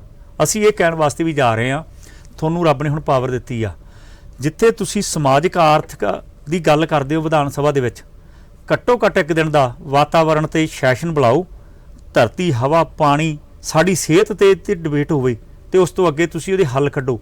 ਜਿਹੜੀ ਇਹ ਲੜਾਈ ਆ ਵਾਤਾਵਰਣ ਦੀ, ਇਹ ਇਕੱਲੀ ਗੁਰਪ੍ਰੀਤ ਸਿੰਘ ਦੀ, KPG ਦੀ ਲੜਾਈ ਨਹੀਂ, ਇਹ ਇਨਸਾਨੀਅਤ ਦੀ ਹੈ, ਸਰਬੱਤ ਦੇ ਭਲੇ ਦੀ, ਉਹਨਾਂ ਪਰਿਵਾਰਾਂ ਦੀ ਵੀ ਆ। ਰਾਜਨੀਤਿਕ ਲੋਕ ਇੱਕ ਨਾ ਭੁਲੇਖੇ 'ਚ ਆ, ਉਹਨਾਂ ਦਾ ਭੁਲੇਖਾ ਇਹ ਹੁੰਦਾ ਵੀ ਅਸੀਂ ਮਹਿੰਗਾ ਪਾਣੀ ਬੋਤਲ ਵਾਲਾ ਪੀ ਲਾਂਗੇ, ਅਸੀਂ ਜ਼ਹਿਰ ਮੁਕਤ ਮੱਧ ਪ੍ਰਦੇਸ਼ ਤੋਂ ਕਣਕ ਮੰਗਾ ਕੇ ਖਾ ਲਾਂਗੇ, ਅਸੀਂ ਉਹ ਖਾ ਲਾਂਗੇ। ਪਰ ਉਹਨਾਂ ਨੂੰ ਪਤਾ ਵੀ ਵੋਟਾਂ 6 ਮਹੀਨੇ ਚਾਹੀਆਂ ਰਹਿੰਦੀਆਂ। ਜਦੋਂ ਵੋਟਾਂ ਆਉਂਦੀਆਂ ਤੇ ਇੱਕ ਵੋਟਰ ਆ ਜਦੋਂ ਘਰੇ ਜਾਂਦਾ ਪਾਣੀ ਵੀ ਪਿਆਉਂਦਾ, ਉਹ ਰੋਟੀ ਵੀ ਖਾਂਦਾ, ਲੀਡਰ ਵੋਟ ਲੈਣ ਦੀ ਖਾਤਰ ਉਸ ਦੇ ਘਰੋਂ ਪੀਂਦਾ ਤੇ ਵਾਰ-ਵਾਰ ਵੋਟਰ ਘਰੇ ਸੱਦਦਾ। ਤੇ ਜੇ 6-6 ਮਹੀਨੇ ਪਿੱਛੋਂ 20 ਦਿਨ ਵੀ ਸਾਡੇ ਘਰਾਂ ਦੇ ਵਿੱਚ ਜ਼ਹਿਰ ਵਾਲੀਆਂ ਚੀਜ਼ਾਂ, ਜ਼ਹਿਰ ਵਾਲਾ ਪਾਣੀ ਪੀ ਗਏ ਤੇ ਬਚਣਾ ਇਹਨਾਂ ਨੇ ਤੇ ਇਹਨਾਂ ਦੇ ਪਰਿਵਾਰਾਂ ਨੇ। ਇਸ ਕਰਕੇ ਪਹਿਲ ਕਦਮੀ ਕਰਦੇ ਜਿੱਥੇ ਆਪਦੇ ਪਰਿਵਾਰ ਇਹ ਸਮਝਣ ਵੀ ਇਹ ਪੰਜਾਬ ਸਾਡਾ ਪਰਿਵਾਰ ਆ, ਭਾਵੇਂ ਕੇਂਦਰ ਸਰਕਾਰ ਆ, ਭਾਵੇਂ ਪੰਜਾਬ ਸਰਕਾਰ ਆ, ਭਾਵੇਂ ਵਿਰੋਧੀ ਧਿਰਾਂ, ਇਕੱਠੇ ਹੋ ਕੇ ਇਸ ਵਿਸ਼ੇ ਤੇ ਸਾਰਿਆਂ ਨੂੰ ਕੰਮ ਕਰਨ ਦੀ ਲੋੜ ਆ। ਇਸੇ ਜੀ ਸਰਬੱਤ ਦੇ ਭਲੇ ਦੀ, ਇਸੇ ਦੀ ਮੇਰੇ ਆਪਣੇ ਪਰਿਵਾਰ ਦੀ, ਇਸੇ ਤੁਹਾਡੇ ਪਰਿਵਾਰ ਦੀ, ਸਾਰਿਆਂ ਦੇ ਭਲੇ ਦੀ ਗੱਲ ਹੋਏਗੀ। ਇਹ ਗ੍ਰੀਨ ਮੈਨੀਫੈਸਟੋ ਦੀ ਗੱਲ ਜਿਹੜੀ ਤੁਸੀਂ ਵਾਰ-ਵਾਰ ਕੀਤੀ ਹੈ, ਨਰੋਏ ਪੰਜਾਬ ਦੀ ਗੱਲ ਕੀਤੀ ਹੈ ਜੀ। ਜਦੋਂ ਪੰਜਾਬ ਦੇ ਵਿੱਚ ਦਿੱਲੀ ਮਾਡਲ ਦਾ ਜ਼ਿਕਰ ਹੁੰਦਾ ਜੀ, ਉਦੋਂ ਜਦੋਂ ਤੁਸੀਂ ਕਹਿੰਦੇ ਹੋ ਕਿ ਇੱਕ ਦਿਨ ਦਾ ਸੈਸ਼ਨ ਸੱਦਿਆ ਜਾਵੇ ਚੁਗਰਦੇ ਤੇ ਜੀ, ਉੱਥੇ ਸਵਾਲ ਇਹ ਉੱਠਣਾ ਕਿ ਦਿੱਲੀ ਨੂੰ ਤਾਂ ਤੁਸੀਂ ਸਾਂਭ ਨਹੀਂ ਸਕੋਗੇ। ਫਿਰ ਉਦੋਂ ਕੀ ਜਵਾਬ ਹੋਊਗਾ ਉੱਥੇ? ਕਿਉਂਕਿ ਤੁਸੀਂ ਉਹਨਾਂ ਲੀਡਰਾਂ ਨੂੰ ਦੇਖਣਾ ਉੱਥੇ, ਉਹ ਲੀਡਰਾਂ ਨੇ ਇਸੇ ਮੁੱਦੇ ਦੀ ਭੇਂਟ ਚੜਾ ਦੇਣਾ ਸਾਰਾ ਸੈਸ਼ਨ। ਜਿੱਥੇ ਤੱਕ ਮੈਨੂੰ ਲੱਗਦਾ ਪਰਾਲੀ ਨੂੰ ਅੱਗ ਲਾਉਣ ਵਾਲਾ ਮੁੱਦਾ, ਪਰਾਲੀ ਦਾ ਪ੍ਰਦੂਸ਼ਣ ਕਦੇ ਦਿੱਲੀ ਜਾਂਦਾ, ਉਹ ਹਾਲਾਂਕਿ ਰਿਸਰਚ ਵਿੱਚ ਕੁਝ ਹੋਰ ਕਿਹਾ ਗਿਆ, ਪਰ ਪਰਾਲੀ ਦੇ ਨਾਂ ਤੇ ਪੰਜਾਬ ਨੂੰ ਭੰਡਿਆ ਗਿਆ। ਬੜੇ ਸਵਾਲ ਆਉਣਗੇ, ਉਦੋਂ ਸਾਰਾ ਸਿਆਸੀ ਭੇਂਟ ਚੜ ਜਾਣਾ ਗੁਰਪ੍ਰੀਤ ਚੰਦਬਾਜਾ। ਨਹੀਂ, ਦੇਖੋ ਗੱਲ ਇਹ ਆ ਵੀ ਹਰ ਚੀਜ਼ ਦਾ ਵਿਰੋਧ ਨਹੀਂ ਹੁੰਦਾ ਗਾ। ਮੈਂ ਕਿਸਾਨ ਆ, ਦਰਮਿਆਨਾ ਕਿਸਾਨ ਆ, ਨਾ ਮੈਂ ਛੋਟਾ ਨਾ ਵੱਡਾ, ਦਰਮਿਆਨਾ। ਮੈਨੂੰ ਕਿਸੇ ਤਰ੍ਹਾਂ ਦੀ ਕੋਈ ਪ੍ਰੋਬਲਮ ਨਹੀਂ ਆਈ। ਸਾਨੂੰ ਜੇਚ ਨਹੀਂ ਪੈਣਾ ਚਾਹੀਦਾ। ਜੇ ਦਿੱਲੀ ਵਾਲਿਆਂ ਨੂੰ ਤਕਲੀਫ ਹੋਊਗੀ ਵੱਖਰਾ ਵਿਸ਼ਾ, ਉੱਥੇ ਤਾਂ ਇੰਨੇ ਜ਼ਿਆਦਾ ਵਹੀਕਲ ਆ ਤੇ ਉਹਦਾ ਕੀ ਹੱਲ ਉਹਨਾਂ ਕੋਲੇ। ਗੱਲ ਇਹ ਆ ਵੀ ਸਮੇਂ ਸਮੇਂ ਤੇ ਕਿਸਾਨ ਹੁਣ ਆਪ ਹੀ ਤਕਨੀਕਾਂ ਪੈਦਾ ਕਰ ਰਿਹਾ। ਇਸ ਵਾਰ ਲੋਕਾਂ ਨੇ ਮਲਚਿੰਗ ਨਾਲ ਕਣਕ ਬੀਜੀ, 4 ਲੀਟਰ ਲੱਗਾ ਤੇ ਕਣਕ ਦਾ ਰਿਕਾਰਡ ਤੋੜ ਝਾੜ ਨਿਕਲਿਆ। ਅਸੀਂ ਜਿੱਥੇ ਇਸ ਤਰ੍ਹਾਂ ਦੇ ਕਿਸਾਨ ਰਿਸਰਚ ਕਰਦੇ ਆ ਉਹਨਾਂ ਨੂੰ ਹੱਲਾਸ਼ੇਰੀ ਦੇਣ। ਮੈਂ ਅੱਗ ਨਹੀਂ ਲਾਉਂਦਾ, 6 ਸਾਲ ਤੋਂ ਮੇਰੀ ਕਣਕ ਵੀ ਵੱਧ ਰਹੀ ਹੈ, ਮੈਨੂੰ ਕੋਈ ਪ੍ਰੋਬਲਮ ਨਹੀਂ ਆ ਰਹੀ। ਠੀਕ ਹੈ। ਦੂਸਰੀ ਗੱਲ, ਸਰਕਾਰਾਂ ਦੇ ਵਿੱਚ ਹਮੇਸ਼ਾ ਇਹ ਰਹੀ ਆ ਵੀ ਕਿਸਾਨ ਦੇ ਨਾਂ 'ਤੇ ਸਬਸਿਡੀਆਂ ਦਿੱਤੀਆਂ ਜਾਂਦੀਆਂ, ਪਰਾਲੀ ਦੇ ਨਾਂ 'ਤੇ ਸਬਸਿਡੀਆਂ ਦਿੱਤੀਆਂ ਗਈਆਂ, ਮਸ਼ੀਨਾਂ ਕਰੋੜਾਂ ਦੀਆਂ ਮਸ਼ੀਨਾਂ ਦੀ ਸਬਸਿਡੀ ਦਿੱਤੀ ਗਈ। ਉਹ ਲੋਕਾਂ ਨੇ ਲੈ ਵੀ ਲਈਆਂ, ਉਸ ਤੋਂ ਬਾਅਦ ਅੱਗ ਵੀ ਲਾਤੀ। ਉਹਦੇ ਵਿੱਚ ਕੀ ਜਿਹੜੀ 75,000 ਦੀ ਮਸ਼ੀਨ ਸੀ, ਉਹ ਜਦੋਂ ਸਰਕਾਰ ਨੇ ਸਬਸਿਡੀ ਤੇ ਕੀਤੀ ਉਹ 1,35,000 ਦੀ ਕਰਤੀ। ਜੇ 50,000 ਸਬਸਿਡੀ ਦਿੱਤੀ, ਉਹ ਜੱਟ ਦੇ ਪੱਲੇ ਤਾਂ ਪਿਆ ਹੀ ਕੁਛ ਨਹੀਂਗਾ। ਉਹ ਤਾਂ ਫਿਰ ਇੰਡਸਟਰੀ ਤੇ ਅਫਸਰਸ਼ਾਹੀ ਦਾ ਵਿੱਚ ਉਹਦੇ ਸਮੇਲ ਹੋ ਗਿਆ। ਇਸ ਕਰਕੇ ਇਸ ਮੁੱਦੇ ਤੇ ਜਿੱਥੇ ਮੈਂ ਕਹਾਂਗਾ ਕਿਸਾਨ ਜਥੇਬੰਦੀਆਂ ਨੂੰ, ਸਮਾਜਿਕ ਜਥੇਬੰਦੀਆਂ ਨੂੰ, ਹਰ ਪੰਜਾਬ ਦੇ ਵਰਗ ਨੂੰ ਇਕੱਠੇ ਕਰਕੇ ਇਸ ਤੇ ਇੱਕ ਸਾਂਝੀ ਰਾਏ ਬਣਾਉਣੀ ਪਊਗੀ। ਜਿੱਥੇ ਕਿਸਾਨਾਂ ਦੀ ਮੁਸ਼ਕਿਲ ਆ, ਮੈਨੂੰ ਵੀ ਚਾਹੀਦਾ ਵਾਧੇ ਝਾੜ, ਮੈਂ ਵੀ ਬੱਚੇ ਪੜ੍ਹਾਉਣੇ ਆ, ਮੇਰੇ ਬੱਚਿਆਂ ਨੇ ਵੀ ਅੱਗੇ ਤਰੱਕੀ ਕਰਨੀ ਆ, ਉਹ ਵੱਖਰਾ ਵਿਸ਼ਾ। ਜੇ ਇਸ ਤਰ੍ਹਾਂ ਦੇ ਹਾਲਾਤਾਂ ਨਾਲ ਸਾਡੇ ਬੱਚੇ ਪ੍ਰਭਾਵਿਤ ਹੋ ਰਹੇ ਨੇ, ਫਿਰ ਉਹ ਅਸੀਂ ਜਦ ਵੀ ਕੀ ਕਰਾਂਗੇ ਜੀ। ਗੁਰਪ੍ਰੀਤ ਚੰਦ ਬਾਫਰੀ ਯੂਨੀਵਰਸਿਟੀ ਆਫ ਹੈਲਥ ਸਾਇੰਸਿਸ ਨਾਲ ਜੀ ਤੁਸੀਂ ਅਕਸਰ ਆਡਾ ਲਾ ਕੇ ਬਹਿ ਜਾਂਦੇ ਹੋ ਜੀ। ਤੁਹਾਡੀ ਕਦੀ ਸੁਣਵਾਈ ਹੋਈ ਹੈ ਉੱਥੇ? ਦੇਖੋ ਜੀ, ਅਸੀਂ 2012 ਤੋਂ ਲੜਦੇ ਆ ਰਹੇ ਹਾਂ ਮਰੀਜ਼ਾਂ ਦੇ ਹੱਕਾਂ ਲਈ ਤੇ ਹਸਪਤਾਲ ਦੀ ਬਿਹਤਰੀ ਲਈ। ਸੁਣਵਾਈ ਦੀ ਗੱਲ ਜਿਹੜੀ ਹੈਗੀ ਆ, ਉਹ ਕਈ ਚੀਜ਼ਾਂ 'ਚ ਕਾਮਯਾਬ ਹੋਏ ਆ ਤੇ ਬਹੁਤਿਆਂ 'ਚ ਅਫਸਰਸ਼ਾਹੀ, ਭਾਵੇਂ ਸਿਵਲ ਪ੍ਰਸ਼ਾਸਨ ਹੋਵੇ, ਉਹ 'ਚ ਭਾਵੇਂ ਪੁਲਿਸ ਪ੍ਰਸ਼ਾਸਨ ਹੋਵੇ ਜਿੱਥੇ ਉਹਨਾਂ ਦੀ ਮਦਦ ਕਰਨ ਦੀ ਲੋੜ ਪੈਂਦੀ ਆ, ਭਾਵੇਂ ਰਾਜਨੀਤਿਕ, ਉਹ ਇੱਕ ਸਮੇਲ ਆ। ਕਾਰਨ ਉਹਦਾ ਇਹ ਆ ਵੀ ਜਦੋਂ ਦੁਖੀ ਲੋਕ ਸਾਨੂੰ ਫੋਨ ਕਰਦੇ ਆ, ਬਾਈ ਜੀ ਸਾਡੇ ਕੋਲੇ ਪੱਖਾ ਨਹੀਂ ਲੱਗਾ, ਗਰਮੀ 'ਚ ਮਰ ਰਹੇ ਆ। ਆਪਰੇਸ਼ਨ ਥੀਏਟਰ 'ਚ ਡਾਕਟਰ ਫੋਨ ਕਰਦੇ ਆ, ਜੀ ਸਾਡੇ ਏਸੀ ਬੰਦ ਪਏ, ਅਸੀਂ ਬੇਹੋਸ਼ ਹੋ ਕੇ ਡਿੱਗ ਰਹੇ ਆ, ਆਪਰੇਸ਼ਨ ਕਿਵੇਂ ਕਰੀਏ। MRI ਦੇ ਵਿੱਚ ਮਰੀਜ਼ਾਂ ਦੇ ਵਾਰਸ ਕਹਿੰਦੇ ਵੀ ਸਾਡਾ ਮਰੀਜ਼ ਬੇਹੋਸ਼ ਹੋ ਗਿਆ, ਇੱਥੇ ਏਸੀ ਨਾ ਕੋਈ ਐਡਜਸਟ ਫੈਨ ਲੱਗਾ ਹੋਇਆ। ਕੈਂਸਰ ਵਾਲੇ ਮਰੀਜ਼ ਕਹਿੰਦੇ ਸਾਨੂੰ ਦਵਾਈ ਨਹੀਂ ਪੂਰੀ ਮਿਲ ਰਹੀ, ਸਰਕਾਰ ਕਹਿੰਦੀ ਦੇ ਰਹੇ ਆ। ਉਦੋਂ ਫਿਰ ਜਿੱਥੇ ਭਾਈ ਕਨਈਆ ਕੈਂਸਰ ਰੋਕੋ ਸੁਸਾਇਟੀ ਦੇ ਨਾਲ ਦੀਆਂ ਕਿਸਾਨ, ਮਜ਼ਦੂਰ, ਮੁਲਾਜ਼ਮ ਜਥੇਬੰਦੀਆਂ, ਸਾਡੇ ਵਾਸਤੇ ਇਹ ਬੜੀ ਖੁਸ਼ੀ ਦੀ ਗੱਲ ਆ। ਫਰੀਦਕੋਟ ਦੇ ਲੋਕ ਆ ਜਿਹੜੇ ਬੜੇ ਸੰਘਰਸ਼ੀ ਆ, ਸਾਂਝੇ ਮੁੱਦੇ ਤੇ ਭਾਵੇਂ ਆਪੋ ਆਪਣੇ ਵਿਚਾਰਾਂ ਦੇ ਵਖਰੇਵੇਂ ਹੋ ਸਕਦੇ ਆ, ਪਰ ਜਿੱਥੇ ਲੋਕ ਹਿੱਤਾਂ ਦੀ ਗੱਲ ਆਉਂਦੀ ਸਾਰੇ ਇਕੱਠੇ ਹੋ ਕੇ ਇਕਜੁੱਟ ਹੋ ਕੇ ਲੜਦੇ ਆ। ਉਹਦੇ ਵਿੱਚ ਜਿਹੜੀ ਪਿਛਲੇ ਸਮੇਂ 12-13 'ਚ ਸੀਗਾ ਵੀ ਕੈਂਸਰ ਮਰੀਜ਼ਾਂ ਦੇ ਜਿਹੜੀ ਆਪਾਂ 1.5 ਲੱਖ ਦੀ ਗੱਲ ਕੀਤੀ ਹੈ, ਉਹਦੇ ਵਿੱਚੋਂ ਕੁਝ ਕਮਿਸਟ, ਕੁਝ ਡਾਕਟਰ ਰਲ ਕੇ ਪੈਸੇ ਕਢਵਾ ਕੇ ਖਾ ਜਾਂਦੇ ਸੀ, ਫੜ ਲਏ। 31 ਫਰਵਰੀ ਦੇ ਬਿੱਲ ਕੱਟੇ ਹੋਏ ਆ ਡਾਕਟਰਾਂ ਨੇ। ਤੁਸੀਂ ਦੱਸੋ ਵੀ ਦੁਨੀਆ ਦੇ ਰਿਕਾਰਡ ਦੇ ਵਿੱਚ ਕੋਈ 31 ਫਰਵਰੀ ਆਈ ਆ? ਅੱਜ ਤੱਕ ਨਹੀਂ, ਜਦੋਂ ਦੀ ਦੁਨੀਆ ਸਾਜੀ 31 ਫਰਵਰੀ ਆਈ ਹੋਊਗੀ, ਜਦੋਂ ਕੈਲੰਡਰ ਬਣਿਆ। ਬੜੀਆਂ ਇਨਕੁਆਰੀਆਂ ਅਸੀਂ ਵਿਜੀਲੈਂਸ ਕੋਲੇ, ਡੀਆਰਮੀ ਕੋਲੇ, DC ਸਾਹਮਣੇ ਕਮੇਟੀਆਂ ਬਣਾਈਆਂ, ਹਜੇ ਤੱਕ ਸਾਨੂੰ 10 ਸਾਲਾਂ 'ਚ 31 ਫਰਵਰੀ ਨਹੀਂ ਕਲੀਅਰ ਕਰਕੇ ਦੇ ਸਕੇ ਵੀ 31 ਫਰਵਰੀ ਹੈਗੀ ਆ ਜਾਂ ਨਹੀਂ। ਜੇ ਅਸੀਂ ਕਹੇ ਜੇ ਹੈਗੀ ਫਿਰ ਅਸੀਂ ਚੁੱਪ ਕਰ ਜਾਂਦੇ ਆ, ਜੇ ਨਹੀਂ ਹੈਗੀ ਕਾਰਵਾਈ ਕਰੋ। ਉਹ ਇਨਕੁਆਰੀਆਂ 'ਚ ਹੀ ਘੁਮਾਈ ਫਿਰਦੇ ਆ। ਤੁਹਾਡੇ ਕੋਲ ਪ੍ਰੂਫ ਹੈ ਸਾਰੇ? ਬਿਲਕੁਲ ਖੁੱਲ੍ਹਾ ਚੈਲੰਜ ਆ। ਮੰਤਰੀ ਸਾਹਿਬ ਦੇ ਕੋਲੇ, ਪਹਿਲੇ ਮੰਤਰੀ ਸੋਨੀ ਸਾਹਿਬ ਕੋਲੇ ਬੈਠੇ ਸੀਗੇ ਮੀਟਿੰਗ ਦੇ ਵਿੱਚ, ਵਾਈਸ ਚਾਂਸਲਰ ਕੋਲੇ ਸੀਗੇ, MLA Faridkot, Kotkapura, DC, SSP ਸਾਹਿਬ, ਰਜਿਸਟਰਾਰ, ਸਾਰੇ ਲੋਕ ਤੇ ਜਥੇਬੰਦੀਆਂ ਦੇ ਮੈਂ ਉਹਦੇ ਸਾਹਮਣੇ ਪ੍ਰੂਫ ਦਿੱਤੇ। ਮੈਂ ਕਿਹਾ ਵੀ ਆ ਸਾਡੇ ਪ੍ਰੂਫਾਂ ਦਾ ਜਵਾਬ ਦਿਓ। ਕਿਸੇ ਕੋਲੇ ਜਵਾਬ ਨਹੀਂ ਸੀ, ਨਾ ਸਰਕਾਰ ਕੋਲੇ, ਨਾ ਸਿਵਲ ਪ੍ਰਸ਼ਾਸਨ ਕੋਲੇ, ਨਾ ਯੂਨੀਵਰਸਿਟੀ ਪ੍ਰਸ਼ਾਸਨ ਕੋਲੇ। ਉਹਨਾਂ ਲੋਕਾਂ ਨੂੰ ਬਚਾਉਂਦੇ ਨੇ ਜਿਹੜੇ ਕੈਂਸਰ ਮਰੀਜ਼ ਦੁਖੀ ਆ, ਜਿਨ੍ਹਾਂ ਦੇ ਘਰ ਵਿਕ ਗਏ, ਜਿਨ੍ਹਾਂ ਦੇ ਬੱਚਿਆਂ ਦੀ ਪੜ੍ਹਾਈ ਛੁੱਟ ਗਈ, ਜਿਨ੍ਹਾਂ ਦੇ ਪਰਿਵਾਰਾਂ ਦੇ ਰਿਸ਼ਤੇ ਟੁੱਟ ਗਏ। ਯਾਰੋ ਤੁਸੀਂ ਉਹਨਾਂ ਠੱਗੀਆਂ ਮਾਰੋਗੇ, ਇਸ ਦੁਨੀਆ ਦੇ ਭਰੋਗੇ ਕਿੱਥੇ? ਉਸ ਤੋਂ ਬਾਅਦ ਜੇ ਹੁਣ ਉਸ ਤੋਂ ਬਾਅਦ ਫਿਰ ਸਮੇਂ-ਸਮੇਂ ਤੇ ਲੜਦੇ ਆਉਣੇ ਆ। ਗੁਰੂ ਗੋਬਿੰਦ ਸਿੰਘ ਹਸਪਤਾਲ ਆ ਜਿਹੜਾ ਸਾਡੇ ਕਿਰਤੀ ਲੋਕਾਂ ਦੇ ਲਈ, ਜਦੋਂ ਇਸ ਅਖੌਤੀ ਵਿਕਾਸ ਨੇ ਸਾਡੇ ਸਰੀਰਾਂ ਨੂੰ ਬਿਮਾਰ ਕਰਤਾ, ਸਾਡੀ ਸਿਹਤ ਨੂੰ ਬਿਮਾਰ ਕਰਤਾ, ਉਹ ਸਾਡੇ ਕੋਲ ਇੱਕੋ ਇੱਕ ਸੋਰਸ ਆ, ਗੁਰੂ ਗੋਬਿੰਦ ਸਿੰਘ ਮੈਡੀਕਲ ਹਸਪਤਾਲ ਮਾਲਵੇ ਦਾ। ਉਹ ਮਿੰਨੀ PGI ਆ। 20 ਵਿਧਾਨ ਸਭਾ ਹਲਕਿਆਂ ਦੇ ਲੋਕ ਉੱਥੇ ਆ ਰਹੇ ਆ, ਰਾਜਸਥਾਨ, ਹਰਿਆਣੇ ਦੇ ਲੋਕ ਉੱਥੇ ਆ ਰਹੇ ਆ। ਉੱਥੇ ਜੇ ਆਉਂਦੇ ਆ ਮਰੀਜ਼, ਗੱਦੇ ਪਾਟੇ, ਚਾਦਰਾਂ ਲਿਬੜੀਆਂ, ਬੈੱਡ ਟੁੱਟੇ, ਵੀਲ ਚੇਅਰਾਂ ਟੁੱਟੀਆਂ, ਸਟ੍ਰੈਚਰ ਟੁੱਟੇ, ਪੱਖਾ ਕੋਈ ਹੈ ਨਹੀਂ ਗੇ, ਥੀਏਟਰ ਦੇ ਵਿੱਚ ਡਾਕਟਰਾਂ ਕੋਲੇ ਸਾਧਨ ਹੈ ਨਹੀਂ ਗੇ। ਘੱਟੋ ਘੱਟ ਕਈ ਵਾਰੀ ਮੈਨੂੰ ਇਹ ਵੀ ਪਤਾ ਲੱਗਾ ਵੀ ਡਾਕਟਰ ਮੋਬਾਈਲ ਜਗਾ ਕੇ ਲਾਈਟ ਚਲੀ ਜਾਂਦੀ ਆ, ਮੋਬਾਈਲਾਂ ਨਾਲ ਟੰਕੇ ਲਾਉਂਦੇ ਆ। ਹੁਣ ਡਾਕਟਰ ਨੂੰ ਉੱਥੇ ਕੀ ਦੋਸ਼ ਦੇਵਾਂਗੇ? ਸਾਰੇ ਲੋਕ ਮਾੜੇ ਨਹੀਂ ਹੁੰਦੇ, ਚੰਗੇ ਲੋਕ ਵੀ ਬਹੁਤ ਹੈਗੇ ਨੇ। ਉਹਨਾਂ ਨੂੰ ਪੂਰੇ ਪ੍ਰਬੰਧ ਨਾ ਹੋਣ ਕਰਕੇ ਉਹ ਵੀ ਵਿਚਾਰੇ ਦੂਜਿਆਂ ਦੀ ਖਾਮੀਆਂ ਦੀ ਵਜ੍ਹਾ ਕੀ ਹੈ? ਖਾਮੀਆਂ ਦੀ ਵਾਈਸ ਚਾਂਸਲਰ ਨੇ 2014 ਤੋਂ ਆਏ ਆ, ਉਦੋਂ ਤੋਂ ਇਹਨਾਂ ਨੇ ਹਸਪਤਾਲ ਦਾ ਧਿਆਨ ਨਹੀਂ ਦਿੱਤਾ। ਇਹਨਾਂ ਦਾ ਜਦੋਂ ਵੀ ਹਰ ਸ਼ੁੱਕਰਵਾਰ ਇੱਥੇ ਭੱਜੇ ਆਉਂਦੇ ਆ। ਡਾਕਟਰ ਵਧੀਆ ਹੋ ਸਕਦੇ ਆ, ਪ੍ਰਬੰਧਕ ਇੱਕ ਨਖਿੱਧ ਪ੍ਰਬੰਧਕ ਆ। ਇਹਨਾਂ ਨੇ ਗੈਰ ਕਾਨੂੰਨੀ ਨਿਯੁਕਤੀਆਂ ਕੀਤੀਆਂ। ਜਿਹੜੇ ਮੰਤਰੀ ਸਾਹਿਬ ਹੁਣ ਜਿਨ੍ਹਾਂ ਤੇ ਕਾਰਵਾਈ ਹੋਈ ਆ, ਪਹਿਲਾਂ ਸੋਨੀ ਸਾਹਿਬ, ਇਹਨਾਂ ਨੇ ਕਿਸੇ ਰਾਜਨੀਤਿਕ ਬੰਦੇ ਦੇ ਕਹਿਣ ਤੇ 3 ਗੈਰ ਕਾਨੂੰਨੀ ਨਿਯੁਕਤੀਆਂ ਕੀਤੀਆਂ। ਇਹਨਾਂ ਨੂੰ ਬਾਬਾ ਫਰੀਦ ਅਵਾਰਡ ਦਿੱਤਾ, ਇਮਾਨਦਾਰੀ ਅਵਾਰਡ ਆਪਣੀ ਫਰੀਦਕੋਟ ਬਾਬਾ ਫਰੀਦ ਸੰਸਥਾ ਨੇ। ਉਹ ਕੀ ਆ ਵੀ 25 ਨਰਸਾਂ ਰੱਖ ਲਈਆਂ, ਇਹਨਾਂ ਨੇ 28 ਨਿਯੁਕਤੀਆਂ ਕਰ ਲਈਆਂ। 3 ਕੁੜੀਆਂ ਉਹ ਆ ਕਿਸੇ ਸਪੈਸ਼ਲ ਇੱਕ ਪਿੰਡ ਦੀਆਂ, ਸਾਬਕਾ ਮੁੱਖ ਮੰਤਰੀ ਦੀ ਸਿਫਾਰਿਸ਼ ਆਈ, 25 ਤੇ 28 ਰੱਖ ਲਈਆਂ। ਨਾ ਉਹ ਕੁੜੀਆਂ ਨੇ ਪੇਪਰ ਦਿੱਤਾ, ਨਾ ਹੁਨਰ, ਨਾ ਉਹ ਮੈਰਿਟ ਲਿਸਟ 'ਚ। ਮੈਂ ਮੰਤਰੀ ਸਾਹਿਬ ਨੂੰ ਕਿਹਾ ਵੀ ਆਹ ਚੱਕੋ, ਇਹ ਗੈਰ ਕਾਨੂੰਨੀ ਨਿਯੁਕਤੀਆਂ ਕੀਤੀਆਂ, ਇਹਨਾਂ ਨੇ ਕਰਪਸ਼ਨ ਕੀਤੀ ਆ, ਸੰਵਿਧਾਨ ਨਾਲ ਛੇੜਛਾੜ ਕੀਤੀ ਆ, ਤੇ ਕਰੋ ਕਾਰਵਾਈ, ਪਰਚਾ ਦਰਜ ਕਰੋ। ਸਾਹਮਣੇ ਵਾਈਸ ਚਾਂਸਲਰ ਦੇ ਦੋਵੇਂ MLA ਹੁਣ ਦੇ ਮੌਜੂਦਾ ਗੁਰਦਿੱਤ ਸਿੰਘ, ਉਸ ਸਮੇਂ ਕਿੱਕੀ ਢਿੱਲੋਂ ਵੀ ਕੋਲੇ ਸੀਗੇ, ਜਿਹੜੀਆਂ ਪਿਛਲੀ ਸਰਕਾਰ 'ਚ VC ਸਾਹਿਬ ਵਾਲੀ ਕੋਈ ਰਾਜਨੀਤਿਕ ਬੰਦਾ ਝਾਕਦਾ ਨਹੀਂ ਆ, ਕਿਉਂਕਿ ਅਕਾਲੀਆਂ ਦੇ ਰਾਜ 'ਚ ਵੀ ਰਹੇ, ਕਾਂਗਰਸ ਦੇ ਰਾਜ 'ਚ ਰਹੇ, ਅੱਜ ਝਾੜੂ ਦੇ ਰਾਜ 'ਚ ਵੀ ਉਹ ਜੰਮੇ ਹੋਏ ਨੇ। ਤੁਸੀਂ ਹਸਪਤਾਲ 'ਚ ਜਾ ਕੇ ਦੇਖੋ ਮਰੀਜ਼ਾਂ ਦੇ ਫਿਰ ਮੇਰਾ ਸਵਾਲ ਕੁਲਤਾਰ ਸੰਧਵਾ ਤੇ ਆ ਰਿਹਾ। ਕੁਲਤਾਰ ਸੰਧਵਾ ਵੀ ਉਹਨਾਂ ਦੇ ਖਿਲਾਫ ਖੜੇ ਹੁੰਦੇ ਰਹੇ ਆ। ਬਿਲਕੁਲ, ਅੱਜ ਕਿਉਂ ਨਹੀਂ ਬੋਲਦੇ? ਇਹ ਤੇ ਸਵਾਲ ਉਹਨਾਂ ਨੂੰ ਪੁੱਛੋ ਨਾ। ਸਾਡਾ ਫਰਜ਼ ਹੈ ਲੜਨਾ, ਸਰਕਾਰ ਕੋਈ ਹੋਵੇ, ਭਾਵੇਂ ਕੁਲਤਾਰ ਸਿੰਘ ਹੋਵੇ, ਭਾਵੇਂ ਸਰਦਾਰ ਭਗਵੰਤ ਸਿੰਘ ਮਾਨ ਹੋਵੇ। ਮੈਂ ਮੀਟਿੰਗ ਲੈ ਕੇ ਵੀ ਕਹੂੰਗਾ ਸਾਡੇ ਆ ਤੱਥ ਨੇ, ਜੇ ਗੁਰਪ੍ਰੀਤ ਸਿੰਘ ਦਾ ਜਿਹੜਾ ਤੱਥ ਆ ਗਲਤ ਆ, ਮੇਰੇ ਤੇ ਮਾਨਹਾਨੀ ਦਾ ਕੇਸ ਕਰ ਦੇਣ, ਤੇ ਜੇ ਸਾਡਾ ਤੱਥ ਸਹੀ ਆ, ਤੇ ਜੇ ਤੁਸੀਂ ਇੱਕ ਮੰਤਰੀ ਤੇ ਕਾਰਵਾਈ ਕਰ ਸਕਦੇ ਹੋ, ਤੇ ਵਾਈਸ ਚਾਂਸਲਰ ਤੇ ਕਿਉਂ ਨਹੀਂ ਤੁਸੀਂ 420 ਦਾ ਪਰਚਾ ਦਰਜ ਕਰ ਸਕਦੇ? ਜੇ ਵਾਈਸ ਚਾਂਸਲਰ ਨੇ ਤੁਹਾਡੇ ਖਿਲਾਫ ਮਾਨ ਨੇ ਮੁਕੱਦਮਾ ਕਰਤਾ, ਫਿਰ ਚੱਲਾਂਗੇ, ਪ੍ਰੂਫ ਆ, ਜ਼ਰੂਰਤ ਆ ਤੇ ਕਰਕੇ ਦਿਖਾਵੇ। ਚਲੋ ਇੱਕ ਹੋਰ ਛੋਟਾ ਬ੍ਰੇਕ ਲਵਾਂਗਾ, ਬ੍ਰੇਕ ਤੋਂ ਵਾਪਸ ਆਵਾਂਗੇ। ਆਖਰੀ ਹਿੱਸੇ ਵਿੱਚ ਅਸੀਂ ਆਵਾਂਗੇ ਉੱਤਰੀ ਭਾਰਤ ਦੀ ਇਕੱਲੀ ਯੂਨੀਵਰਸਿਟੀ ਹੈ ਜਿੰਦੇ ਉੱਤੇ ਗੁਰਪ੍ਰੀਤ ਸਿੰਘ ਚੰਦ ਬਾਜਾ ਹਰੀ ਸਵਾਲ ਖੜੇ ਕਰਦੇ ਪਏ। ਬਹੁਤ ਸਾਰੇ ਸਵਾਲਾਂ ਦੇ ਜਵਾਬ ਲੈਣੇ ਬਣਦੇ ਆ, ਪਰ ਇਹਨਾਂ ਸਵਾਲਾਂ ਦੇ ਜਵਾਬ ਦੇ ਵਿਚਾਲੇ ਉਹਨਾਂ ਸਮਾਜ ਸੇਵੀ ਕਾਰਕੁਨਾਂ ਤੇ ਵੀ ਸਵਾਲ ਉੱਠਦੇ ਪਏ ਆ, ਜਿਹੜਾ ਕਿ ਸਿਹਤ ਦੇ ਨਾਮ ਤੇ, ਕੈਂਸਰ ਦੇ ਨਾਂ ਤੇ ਕਾਰੋਬਾਰ ਕਰਦੇ ਪਏ ਆ। ਉਹ ਸਵਾਲ ਵੀ ਬੜੇ ਮਹੱਤਵਪੂਰਨ ਆ, ਉਹ ਵੀ ਸਾਨੂੰ ਐਡਰੈਸ ਕਰਨੇ ਪੈਣਗੇ, ਪਰ ਚੁਗਿਰਦੇ ਦੇ ਲਈ ਸਾਨੂੰ ਸਾਰਿਆਂ ਨੂੰ ਇਕੱਠੇ ਹੋਣਾ ਪਊਗਾ। ਵਾਪਸ ਆ ਰਿਹਾ।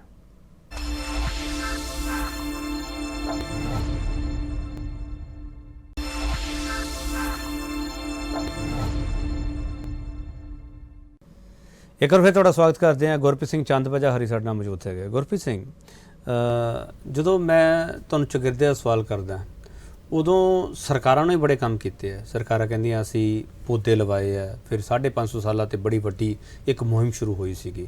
ਤੁਸੀਂ ਵੀ ਨੈਸ਼ਨਲ ਹਾਈਵੇ ਤੇ ਬਹੁਤ ਕੰਮ ਕੀਤੇ ਹੈਗੇ ਆ। ਮੇਰਾ ਸਵਾਲ ਹੈ ਕਿ ਜਦੋਂ ਅਸੀਂ ਪੌਦੇ ਲਾ ਦਿੰਦੇ ਹਾਂ, ਗਿਣਤੀ ਬਹੁਤ ਵੱਡੀ ਅਸੀਂ ਦੱਸਦੇ ਹਾਂ, ਉਹਨਾਂ ਦੀ ਸਾਂਭ ਸੰਭਾਲ ਹੁੰਦੀ ਹੈ? ਜਿਵੇਂ ਤੁਸੀਂ ਵੀ ਲਵਾਏ, ਉਹਨਾਂ ਦੀ ਸਾਂਭ ਸੰਭਾਲ ਹੋ ਰਹੀ ਹੈ? ਹਾਂ, ਦੋ ਚੀਜ਼ਾਂ ਹੈਗੀਆਂ ਜੀ। ਕੁਝ ਸੰਸਥਾਵਾਂ ਬਹੁਤ ਅੱਛਾ ਕੰਮ ਕਰ ਰਹੀਆਂ, ਬਹੁਤ ਗਿਣਤੀ ਦੀਆਂ ਸਾਰੀਆਂ ਨਹੀਂ। ਜਿਹੜੀ ਗੱਲ ਤੁਸੀਂ 550 ਵਾਲੀ ਕਰ ਰਹੇ ਹੋ, ਉਹਦੇ ਵਿੱਚ ਪਿਛਲੇ ਸਮੇਂ ਦੌਰਾਨ ਅਸੀਂ ਇੱਕ ਕਿਹਾ ਸੀ ਵੀ ਜਿਹੜੇ ਸਰਪੰਚਾਂ ਨੇ ਬੂਟੇ 550 ਜਿਹੜੇ ਗੁਰੂ ਨਾਨਕ ਸਾਹਿਬ ਤੇ ਲਏ ਆ, ਵੀ ਉਹਨਾਂ ਨੇ ਸਾਂਭ ਸੰਭਾਲ ਕੀਤੀ, ਵੀ ਅਸੀਂ ਸਨਮਾਨ ਕਰਨਾ, ਵੀ ਸਾਨੂੰ ਦੱਸੋ। ਫਰੀਦਕੋਟ ਜ਼ਿਲ੍ਹੇ 'ਚ ਮੈਨੂੰ 4-5 ਦਿਸੇ ਆ ਵੀ ਜਿਨ੍ਹਾਂ ਨੇ ਬੂਟੇ ਲਾ ਕੇ ਸੰਭਾਲੇ ਆ, ਬਾਕੀ ਸਾਰਿਆਂ ਨੇ ਬੂਟੇ ਸੁਕਾਈ ਆ। ਇਹ ਸਾਰੇ ਪੰਜਾਬ ਦੀ ਸਥਿਤੀ ਹੋਏਗੀ। ਦੂਸਰੀ ਗੱਲ ਸਰਕਾਰਾਂ ਕਰਦੀਆਂ ਸੀ, ਪਰ ਹੁਣ ਥੋੜ੍ਹਾ ਜਿਹਾ ਕੁਝ ਚੰਗਾ ਹੋਣਾ ਸ਼ੁਰੂ ਹੋਇਆ। ਉਹਦੇ 'ਚ ਇਹ ਆ ਵੀ ਪਿਛਲੇ ਸਮੇਂ ਦੌਰਾਨ ਮੈਂ ਨੈਸ਼ਨਲ ਹਾਈਵੇ 54 ਜਿਹੜੀ ਸ੍ਰੀ ਅੰਮ੍ਰਿਤਸਰ ਸਾਹਿਬ ਅਤੇ ਬਠਿੰਡਾ, ਮੈਂ ਦਿੱਲੀ ਜਾ ਰਿਹਾ ਸੀ, ਮੈਂ ਜਾ ਕੇ ਸਰਸੇ ਕੋਲੇ ਦੇਖਿਆ ਵੀ ਉੱਥੇ ਜਿਹੜੀ ਨੈਸ਼ਨਲ ਹਾਈਵੇ ਤੇ ਬੂਟੇ ਨਾ ਬੜੇ ਸੰਘਣੇ ਤਰੀਕੇ ਨਾਲ ਲਾਏ ਹੋਏ ਸੀ, ਜੰਗਲ ਦੀ ਤਰ੍ਹਾਂ ਛੋਟੇ ਛੋਟੇ ਬੂਟੇ ਜੰਗਲ ਦਾ ਰੂਪ ਧਾਰਨ ਕਰ ਰਹੇ। ਉਸ ਤੋਂ ਸਮੇਂ ਮੈਂ ਇੱਥੇ ਜਿਹੜੇ ਸੈਕਟਰੀ ਸੀਗੇ ਵਣ ਵਿਭਾਗ ਦੇ, ਮੈਂ ਉਹਨਾਂ ਨੂੰ ਮਿਲਿਆ, ਕਾਹਨ ਸਿੰਘ ਪੰਨੂ ਜੀ ਨੂੰ ਮਿਲਿਆ। ਚਲੋ ਕਾਰਵਾਈ ਚੱਲਦੀ ਰਹੀ। ਫਿਰ ਅਸੀਂ ਮਾਨਯੋਗ ਐਸਸੀ ਅਰੋੜਾ ਸਾਹਿਬ ਰਾਹੀਂ ਨੈਸ਼ਨਲ ਹਾਈਵੇ ਅਥਾਰਟੀ ਨੂੰ ਨੋਟਿਸ ਕੱਢਤਾ ਵੀ ਜਿਹੜੇ ਤੁਹਾਡੇ ਬੂਟੇ ਪੰਜਾਬ 'ਚ ਲੱਗੇ ਆ ਸੜਕ ਤੇ, ਵੀ ਇਹ ਬੂਟੇ V ਸ਼ੇਪ 'ਚ ਲੱਗੇ, ਤੇ ਉਹ 'ਚ ਵੀ 60% ਮਰ ਚੁੱਕੇ ਆ। ਸਰਕਾਰ ਨੇ ਕੀ ਕੀਤਾ, ਉਸ ਤੋਂ ਬਾਅਦ ਉਹਨਾਂ ਦਾ ਜਿਹੜਾ ਕੰਪਨੀ ਦਾ ਸੀਗਾ ਠੇਕਾ ਖਤਮ ਕਰਕੇ ਨੈਸ਼ਨਲ ਹਾਈਵੇ ਤੇ ਵਣ ਵਿਭਾਗ ਨੇ ਸਾਂਝਾ ਪ੍ਰੋਜੈਕਟ ਕੀਤਾ। 96,000 ਉਹਨੇ ਸੰਨ 'ਚ ਬੂਟੇ ਜਿੱਥੇ ਆਪਾਂ ਤਰਾਜ ਕੀਤਾ ਸੀ ਲਾਏ, ਉਹਨਾਂ ਨੂੰ ਗੋਡੀ ਹੋ ਰਹੀ ਆ, ਉਹਨਾਂ ਨੂੰ ਪਾਣੀ ਪੈ ਰਿਹਾ, ਉਹਨਾਂ ਨੂੰ ਪਸ਼ੂਆਂ ਨੂੰ ਬਚਾਉਣ ਵਾਸਤੇ ਤਾਰ ਲਾਈ ਜਾ ਰਹੀ ਹੈ। ਚੰਗਾ ਕੰਮ ਕਰ ਰਿਹਾ। ਪਰ ਮੈਂ ਕਿਸਾਨ ਵੀਰਾਂ ਨੂੰ ਬੇਨਤੀ ਕਰੂੰਗਾ, ਕਿਰਪਾ ਕਰਕੇ ਯਾਰ ਉਹ ਅੱਗ ਲਾ ਕੇ ਉਹਨਾਂ ਦੀ ਕੀਤੀ ਹੋਈ ਮਿਹਨਤ ਨੂੰ ਤੁਸੀਂ ਤਬਾਹ ਨਾ ਕਰੋ। ਸਾਡੇ ਵੀਰਾਂ ਨੇ ਸੜਕਾਂ 'ਤੇ ਅੱਗ ਲਾ ਕੇ ਬੂਟਿਆਂ ਨੂੰ ਤਬਾਹ ਕਰਤਾ, ਉਹਦਾ ਦੁੱਖ ਹੋ ਰਿਹਾ ਮੈਨੂੰ। ਦੂਸਰੀ ਗੱਲ, ਅਸੀਂ ਨਵੇਂ ਰੁੱਖਾਂ ਦੀ ਗੱਲ ਕਰ ਰਹੇ ਹਾਂ, ਤੇ ਪੁਰਾਣੇ ਰੁੱਖ ਆ ਜਿਹੜੇ ਸਾਡੇ ਜਦੋਂ ਪੱਟੇ ਜਾਂਦੇ ਆ, ਅਸੀਂ ਚੁੱਪ ਕਰਕੇ ਬਹਿ ਜਾਂਦੇ ਸੰਸਥਾਵਾਂ ਵੀ। ਜਿਹਦੀ ਮੈਂ ਉਦਾਹਰਨ ਦੇਵਾਂਗਾ, ਫਰੀਦਕੋਟ ਦੀ ਸ਼ੂਗਰ ਮਿੱਲ 'ਚੋਂ 2000 ਰੁੱਖ ਪੱਟਿਆ ਜਾ ਰਿਹਾ ਸੀਗਾ, ਤੇ ਚਲੋ ਮੇਰਾ ਪਿੰਡ ਦੂਸਰੀ ਸਾਈਡ ਕਰਕੇ ਮੈਨੂੰ ਨਹੀਂ ਪਤਾ ਲੱਗਾ। ਪਹਿਲਾਂ ਜਦੋਂ ਮੈਨੂੰ ਪਤਾ ਲੱਗਾ ਅੱਧੇ ਕੁ ਦਰਖਤ ਰਹਿ ਗਏ ਸੀਗੇ, ਤੇ ਕੁਝ ਸਾਥੀਆਂ ਨੇ ਉੱਥੇ ਜਾ ਕੇ ਰੌਲਾ ਪਾਇਆ। ਚਲੋ 1-2 ਦਿਨ ਧਰਨੇ ਵੀ ਲਾਏ, ਪਰ ਸਾਨੂੰ ਪਤਾ ਵੀ ਧਰਨਿਆਂ ਨਾਲ ਕੁਝ ਨਹੀਂ ਹੋਊਗਾ। ਉਸ ਤੋਂ ਬਾਅਦ ਮੈਂ ਅਰੋੜਾ ਸਾਹਿਬ ਦੇ ਰਾਹੀਂ NGT ਦੇ ਵਿੱਚ ਪਟੀਸ਼ਨ ਲਾਤੀ ਵੀ ਇਹ ਦਰਖਤ ਆ ਜਿਹੜੇ 35-35 ਸਾਲ ਦੇ, ਇਹ ਪੱਟੇ ਜਾ ਰਹੇ ਆ। NGT ਨੇ ਉਸੇ ਵੇਲੇ ਉੱਤੇ ਨੋਟਿਸ ਲੈਂਦੇ ਹੋਏ ਸਰਕਾਰ ਨੂੰ ਤਲਬ ਕਰ ਲਿਆ, ਵਿਭਾਗ ਨੂੰ। ਪਰ ਅੱਜ ਉਹ ਬੂਟੇ ਨੈਸ਼ਨਲ ਹਾਈਵੇ ਦੀ ਬਦੌਲਤ ਪੁੱਡਾ ਤੋਂ ਵੀ ਲਿਖਵਾ ਲਿਆ ਗਿਆ ਵੀ ਜੇ ਕੱਲ੍ਹ ਨੂੰ ਕਲੋਨੀ ਵੀ ਕੱਟਣੀ ਆ ਤੁਸੀਂ ਕਲੋਨੀ ਇਸ ਤਰ੍ਹਾਂ ਡਿਜ਼ਾਈਨ ਕਰੋ ਵੀ ਇਸ ਬੂਟੇ ਨੂੰ ਕਿਸੇ ਨੂੰ ਹੱਥ ਨਹੀਂ ਲਾਉਣਾ। ਐਨਜੀਟੀ ਦੀ ਬਦੌਲਤ ਜੀ ਐਨਜੀਟੀ ਦੀ। ਤੇ ਐਨਜੀਟੀ ਸੁਣਦੀ ਹੈ? ਬਿਲਕੁਲ ਸੁਣੀ, ਹਾਈ ਕੋਰਟ ਸੁਣ ਰਹੀ ਹੈ ਵਾਤਾਵਰਣ ਦੀ ਗੱਲ। ਅਸੀਂ ਕਿਸੇ ਸਕੂਲਾਂ ਦੇ ਵਿੱਚ ਹੁਣ ਦਰਖਤ ਪੱਟੇ ਜਾ ਰਹੇ ਆ ਜਾਂ ਕਿਤੋਂ ਹੋਰ ਪੱਟੇ ਜਾ ਰਹੇ ਆ, ਉਹਨਾਂ ਨੋਟਿਸ ਕੱਢੇ ਦੇ ਨਾਲ ਦੀ ਨਾਲ ਉਹਨਾਂ ਤੇ ਰੋਕ ਲੱਗਦੀ ਆ। ਫਰੀਦਕੋਟ ਸ਼ੂਗਰ ਮਿਲ ਤੋਂ ਬਾਅਦ ਜੀਰਾ ਸ਼ੂਗਰ ਮਿਲ ਦਾ ਵੀ ਮੁੱਦਾ ਉੱਠਿਆ ਨਹੀਂ, ਉਹ ਜੀਰਾ ਤੇ ਪਹਿਲਾਂ ਪੱਟੇ ਜਾ ਚੁੱਕੇ ਸੀ, ਉਹ ਪਤਾ ਹੀ ਨਹੀਂ ਲੱਗਾ ਕਦੋਂ ਪੱਟੇ ਜਾ ਚੁੱਕੇ ਸੀਗੇ। ਜਦੋਂ ਫਰੀਦਕੋਟ ਵਾਲਾ ਪਤਾ ਲੱਗਾ, ਅਸੀਂ ਜੀਰੇ ਆ ਕੇ ਵੀ ਦੇਖਿਆ, ਉਦੋਂ ਪਹਿਲਾਂ ਤੋਂ ਕਾਫੀ ਟਾਈਮ ਪਹਿਲਾਂ ਪੱਟੇ ਜਾ ਚੁੱਕੇ ਸੀਗੇ। ਇਸ ਕਰਕੇ ਮੈਂ ਸਾਰੇ ਪੰਜਾਬ ਦੇ ਨਾਗਰਿਕਾਂ ਨੂੰ ਬੇਨਤੀ ਕਰਦਾ, ਜਿੱਥੇ ਤੁਸੀਂ ਨਵੇਂ ਰੁੱਖ ਲਾ ਕੇ ਸੰਭਾਲ ਰਹੇ ਹੋ ਤੁਹਾਡਾ ਧੰਨਵਾਦ। ਜਿੱਥੇ ਪੁਰਾਣੇ ਆਪਣੇ ਹਰੇ ਰੁੱਖ ਨੇ, ਜੇ ਕਿਤੇ ਪੱਟੇ ਜਾ ਰਹੇ ਨੇ, ਉਹਨਾਂ ਨੂੰ ਪੱਟਣ ਤੋਂ ਰੋਕਣ ਵਾਸਤੇ ਆਵਾਜ਼ ਬੁਲੰਦ ਕਰੀਏ, ਪੰਜਾਬ ਨੂੰ ਹਰਾ ਭਰਾ ਬਣਾਈਏ। ਆਉਣ ਵਾਲਾ ਸਮਾਂ ਬਹੁਤ ਭਿਆਨਕ ਆ। ਮਤਲਬ ਜਿਹੜੀ WHO ਵੀ ਇਹ ਕਹਿ ਰਹੀ ਹੈ ਵੀ ਆਉਣ ਵਾਲੇ ਸਮੇਂ ਦੇ ਵਿੱਚ ਬਿਮਾਰੀਆਂ ਦੀ, ਖਾਸ ਕਰਕੇ ਕੈਂਸਰ ਦੀ ਸੁਨਾਮੀ 7-8 ਸਾਲਾਂ 'ਚ ਆ ਰਹੀ ਆ, ਤੇ ਆਪਾਂ ਸੰਭਲ ਨਹੀਂ ਪਾਵਾਂਗੇ ਜੇ ਵਾਤਾਵਰਨ ਨਾ ਸੰਭਾਲਿਆ ਤਾਂ। ਕੈਂਸਰ ਦੀ ਸੁਨਾਮੀ ਸਿਰਫ ਪੰਜਾਬ 'ਚ ਆਊਗੀ ਨਾ, ਦੁਨੀਆ 'ਚ ਹੀ ਆਏਗੀ ਫਿਰ ਐਸਾ ਹੁੰਦਾ। ਜੋ ਦੁਨੀਆ ਦੇ ਹਾਲਾਤ ਹੀ ਸਾਰੇ ਇਹਦੇ, ਪੰਜਾਬ ਤੋਂ ਵੱਖਰਾ ਕੀ ਆਪਾਂ ਹਰਿਆਣੇ 'ਚ ਜਾਵਾਂਗੇ, ਹਰਿਆਣੇ 'ਚ ਕਿੰਨੇ ਕੁ ਰੱਖਣੇ? ਹਰਿਆਣੇ 'ਚ ਵੀ ਆਪਣੇ ਲੋਕ। ਮੇਰੇ ਇੱਕ ਸਵਾਲ ਦਾ ਜਵਾਬ ਨਹੀਂ ਤੁਸੀਂ ਦਿੱਤਾ ਗੁਰਪ੍ਰੀਤ ਚੰਦ ਜੀ। ਪੰਜਾਬ ਨੂੰ ਕੈਂਸਰ ਦੇ ਨਾਮ ਤੇ ਲੁੱਟਿਆ ਤਾਂ ਨਹੀਂ ਜਾ ਰਿਹਾ? ਨਹੀਂ, ਬਿਲਕੁਲ ਕੁਝ ਲੋਕਾਂ ਵੱਲੋਂ ਮਤਲਬ ਦਵਾਈ ਕੰਪਨੀਆਂ ਹੋ ਗਈਆਂ, ਕੁਝ ਡਾਕਟਰਾਂ ਵੱਲੋਂ ਵੀ ਹੋ ਸਕਦਾ, ਸਾਰੇ ਨਹੀਂ, ਕੁਝ ਸੰਸਥਾ ਵੱਲੋਂ ਵੀ ਇਹਦੇ ਨਾਂ ਤੇ ਕਾਰੋਬਾਰ ਕੀਤਾ ਜਾ ਰਿਹਾ। ਪਰ ਆਪਾਂ ਤਾਂ ਇਹ ਕਹਿੰਦੇ ਆ ਵੀ ਜਿਹੜੇ ਵੀ NRI ਆ, ਕੈਂਸਰ ਦੇ ਨਾਂ ਤੇ 1 ਰੁਪਈਆ ਨਾ ਕਿਸੇ ਨੂੰ ਦੇਣ।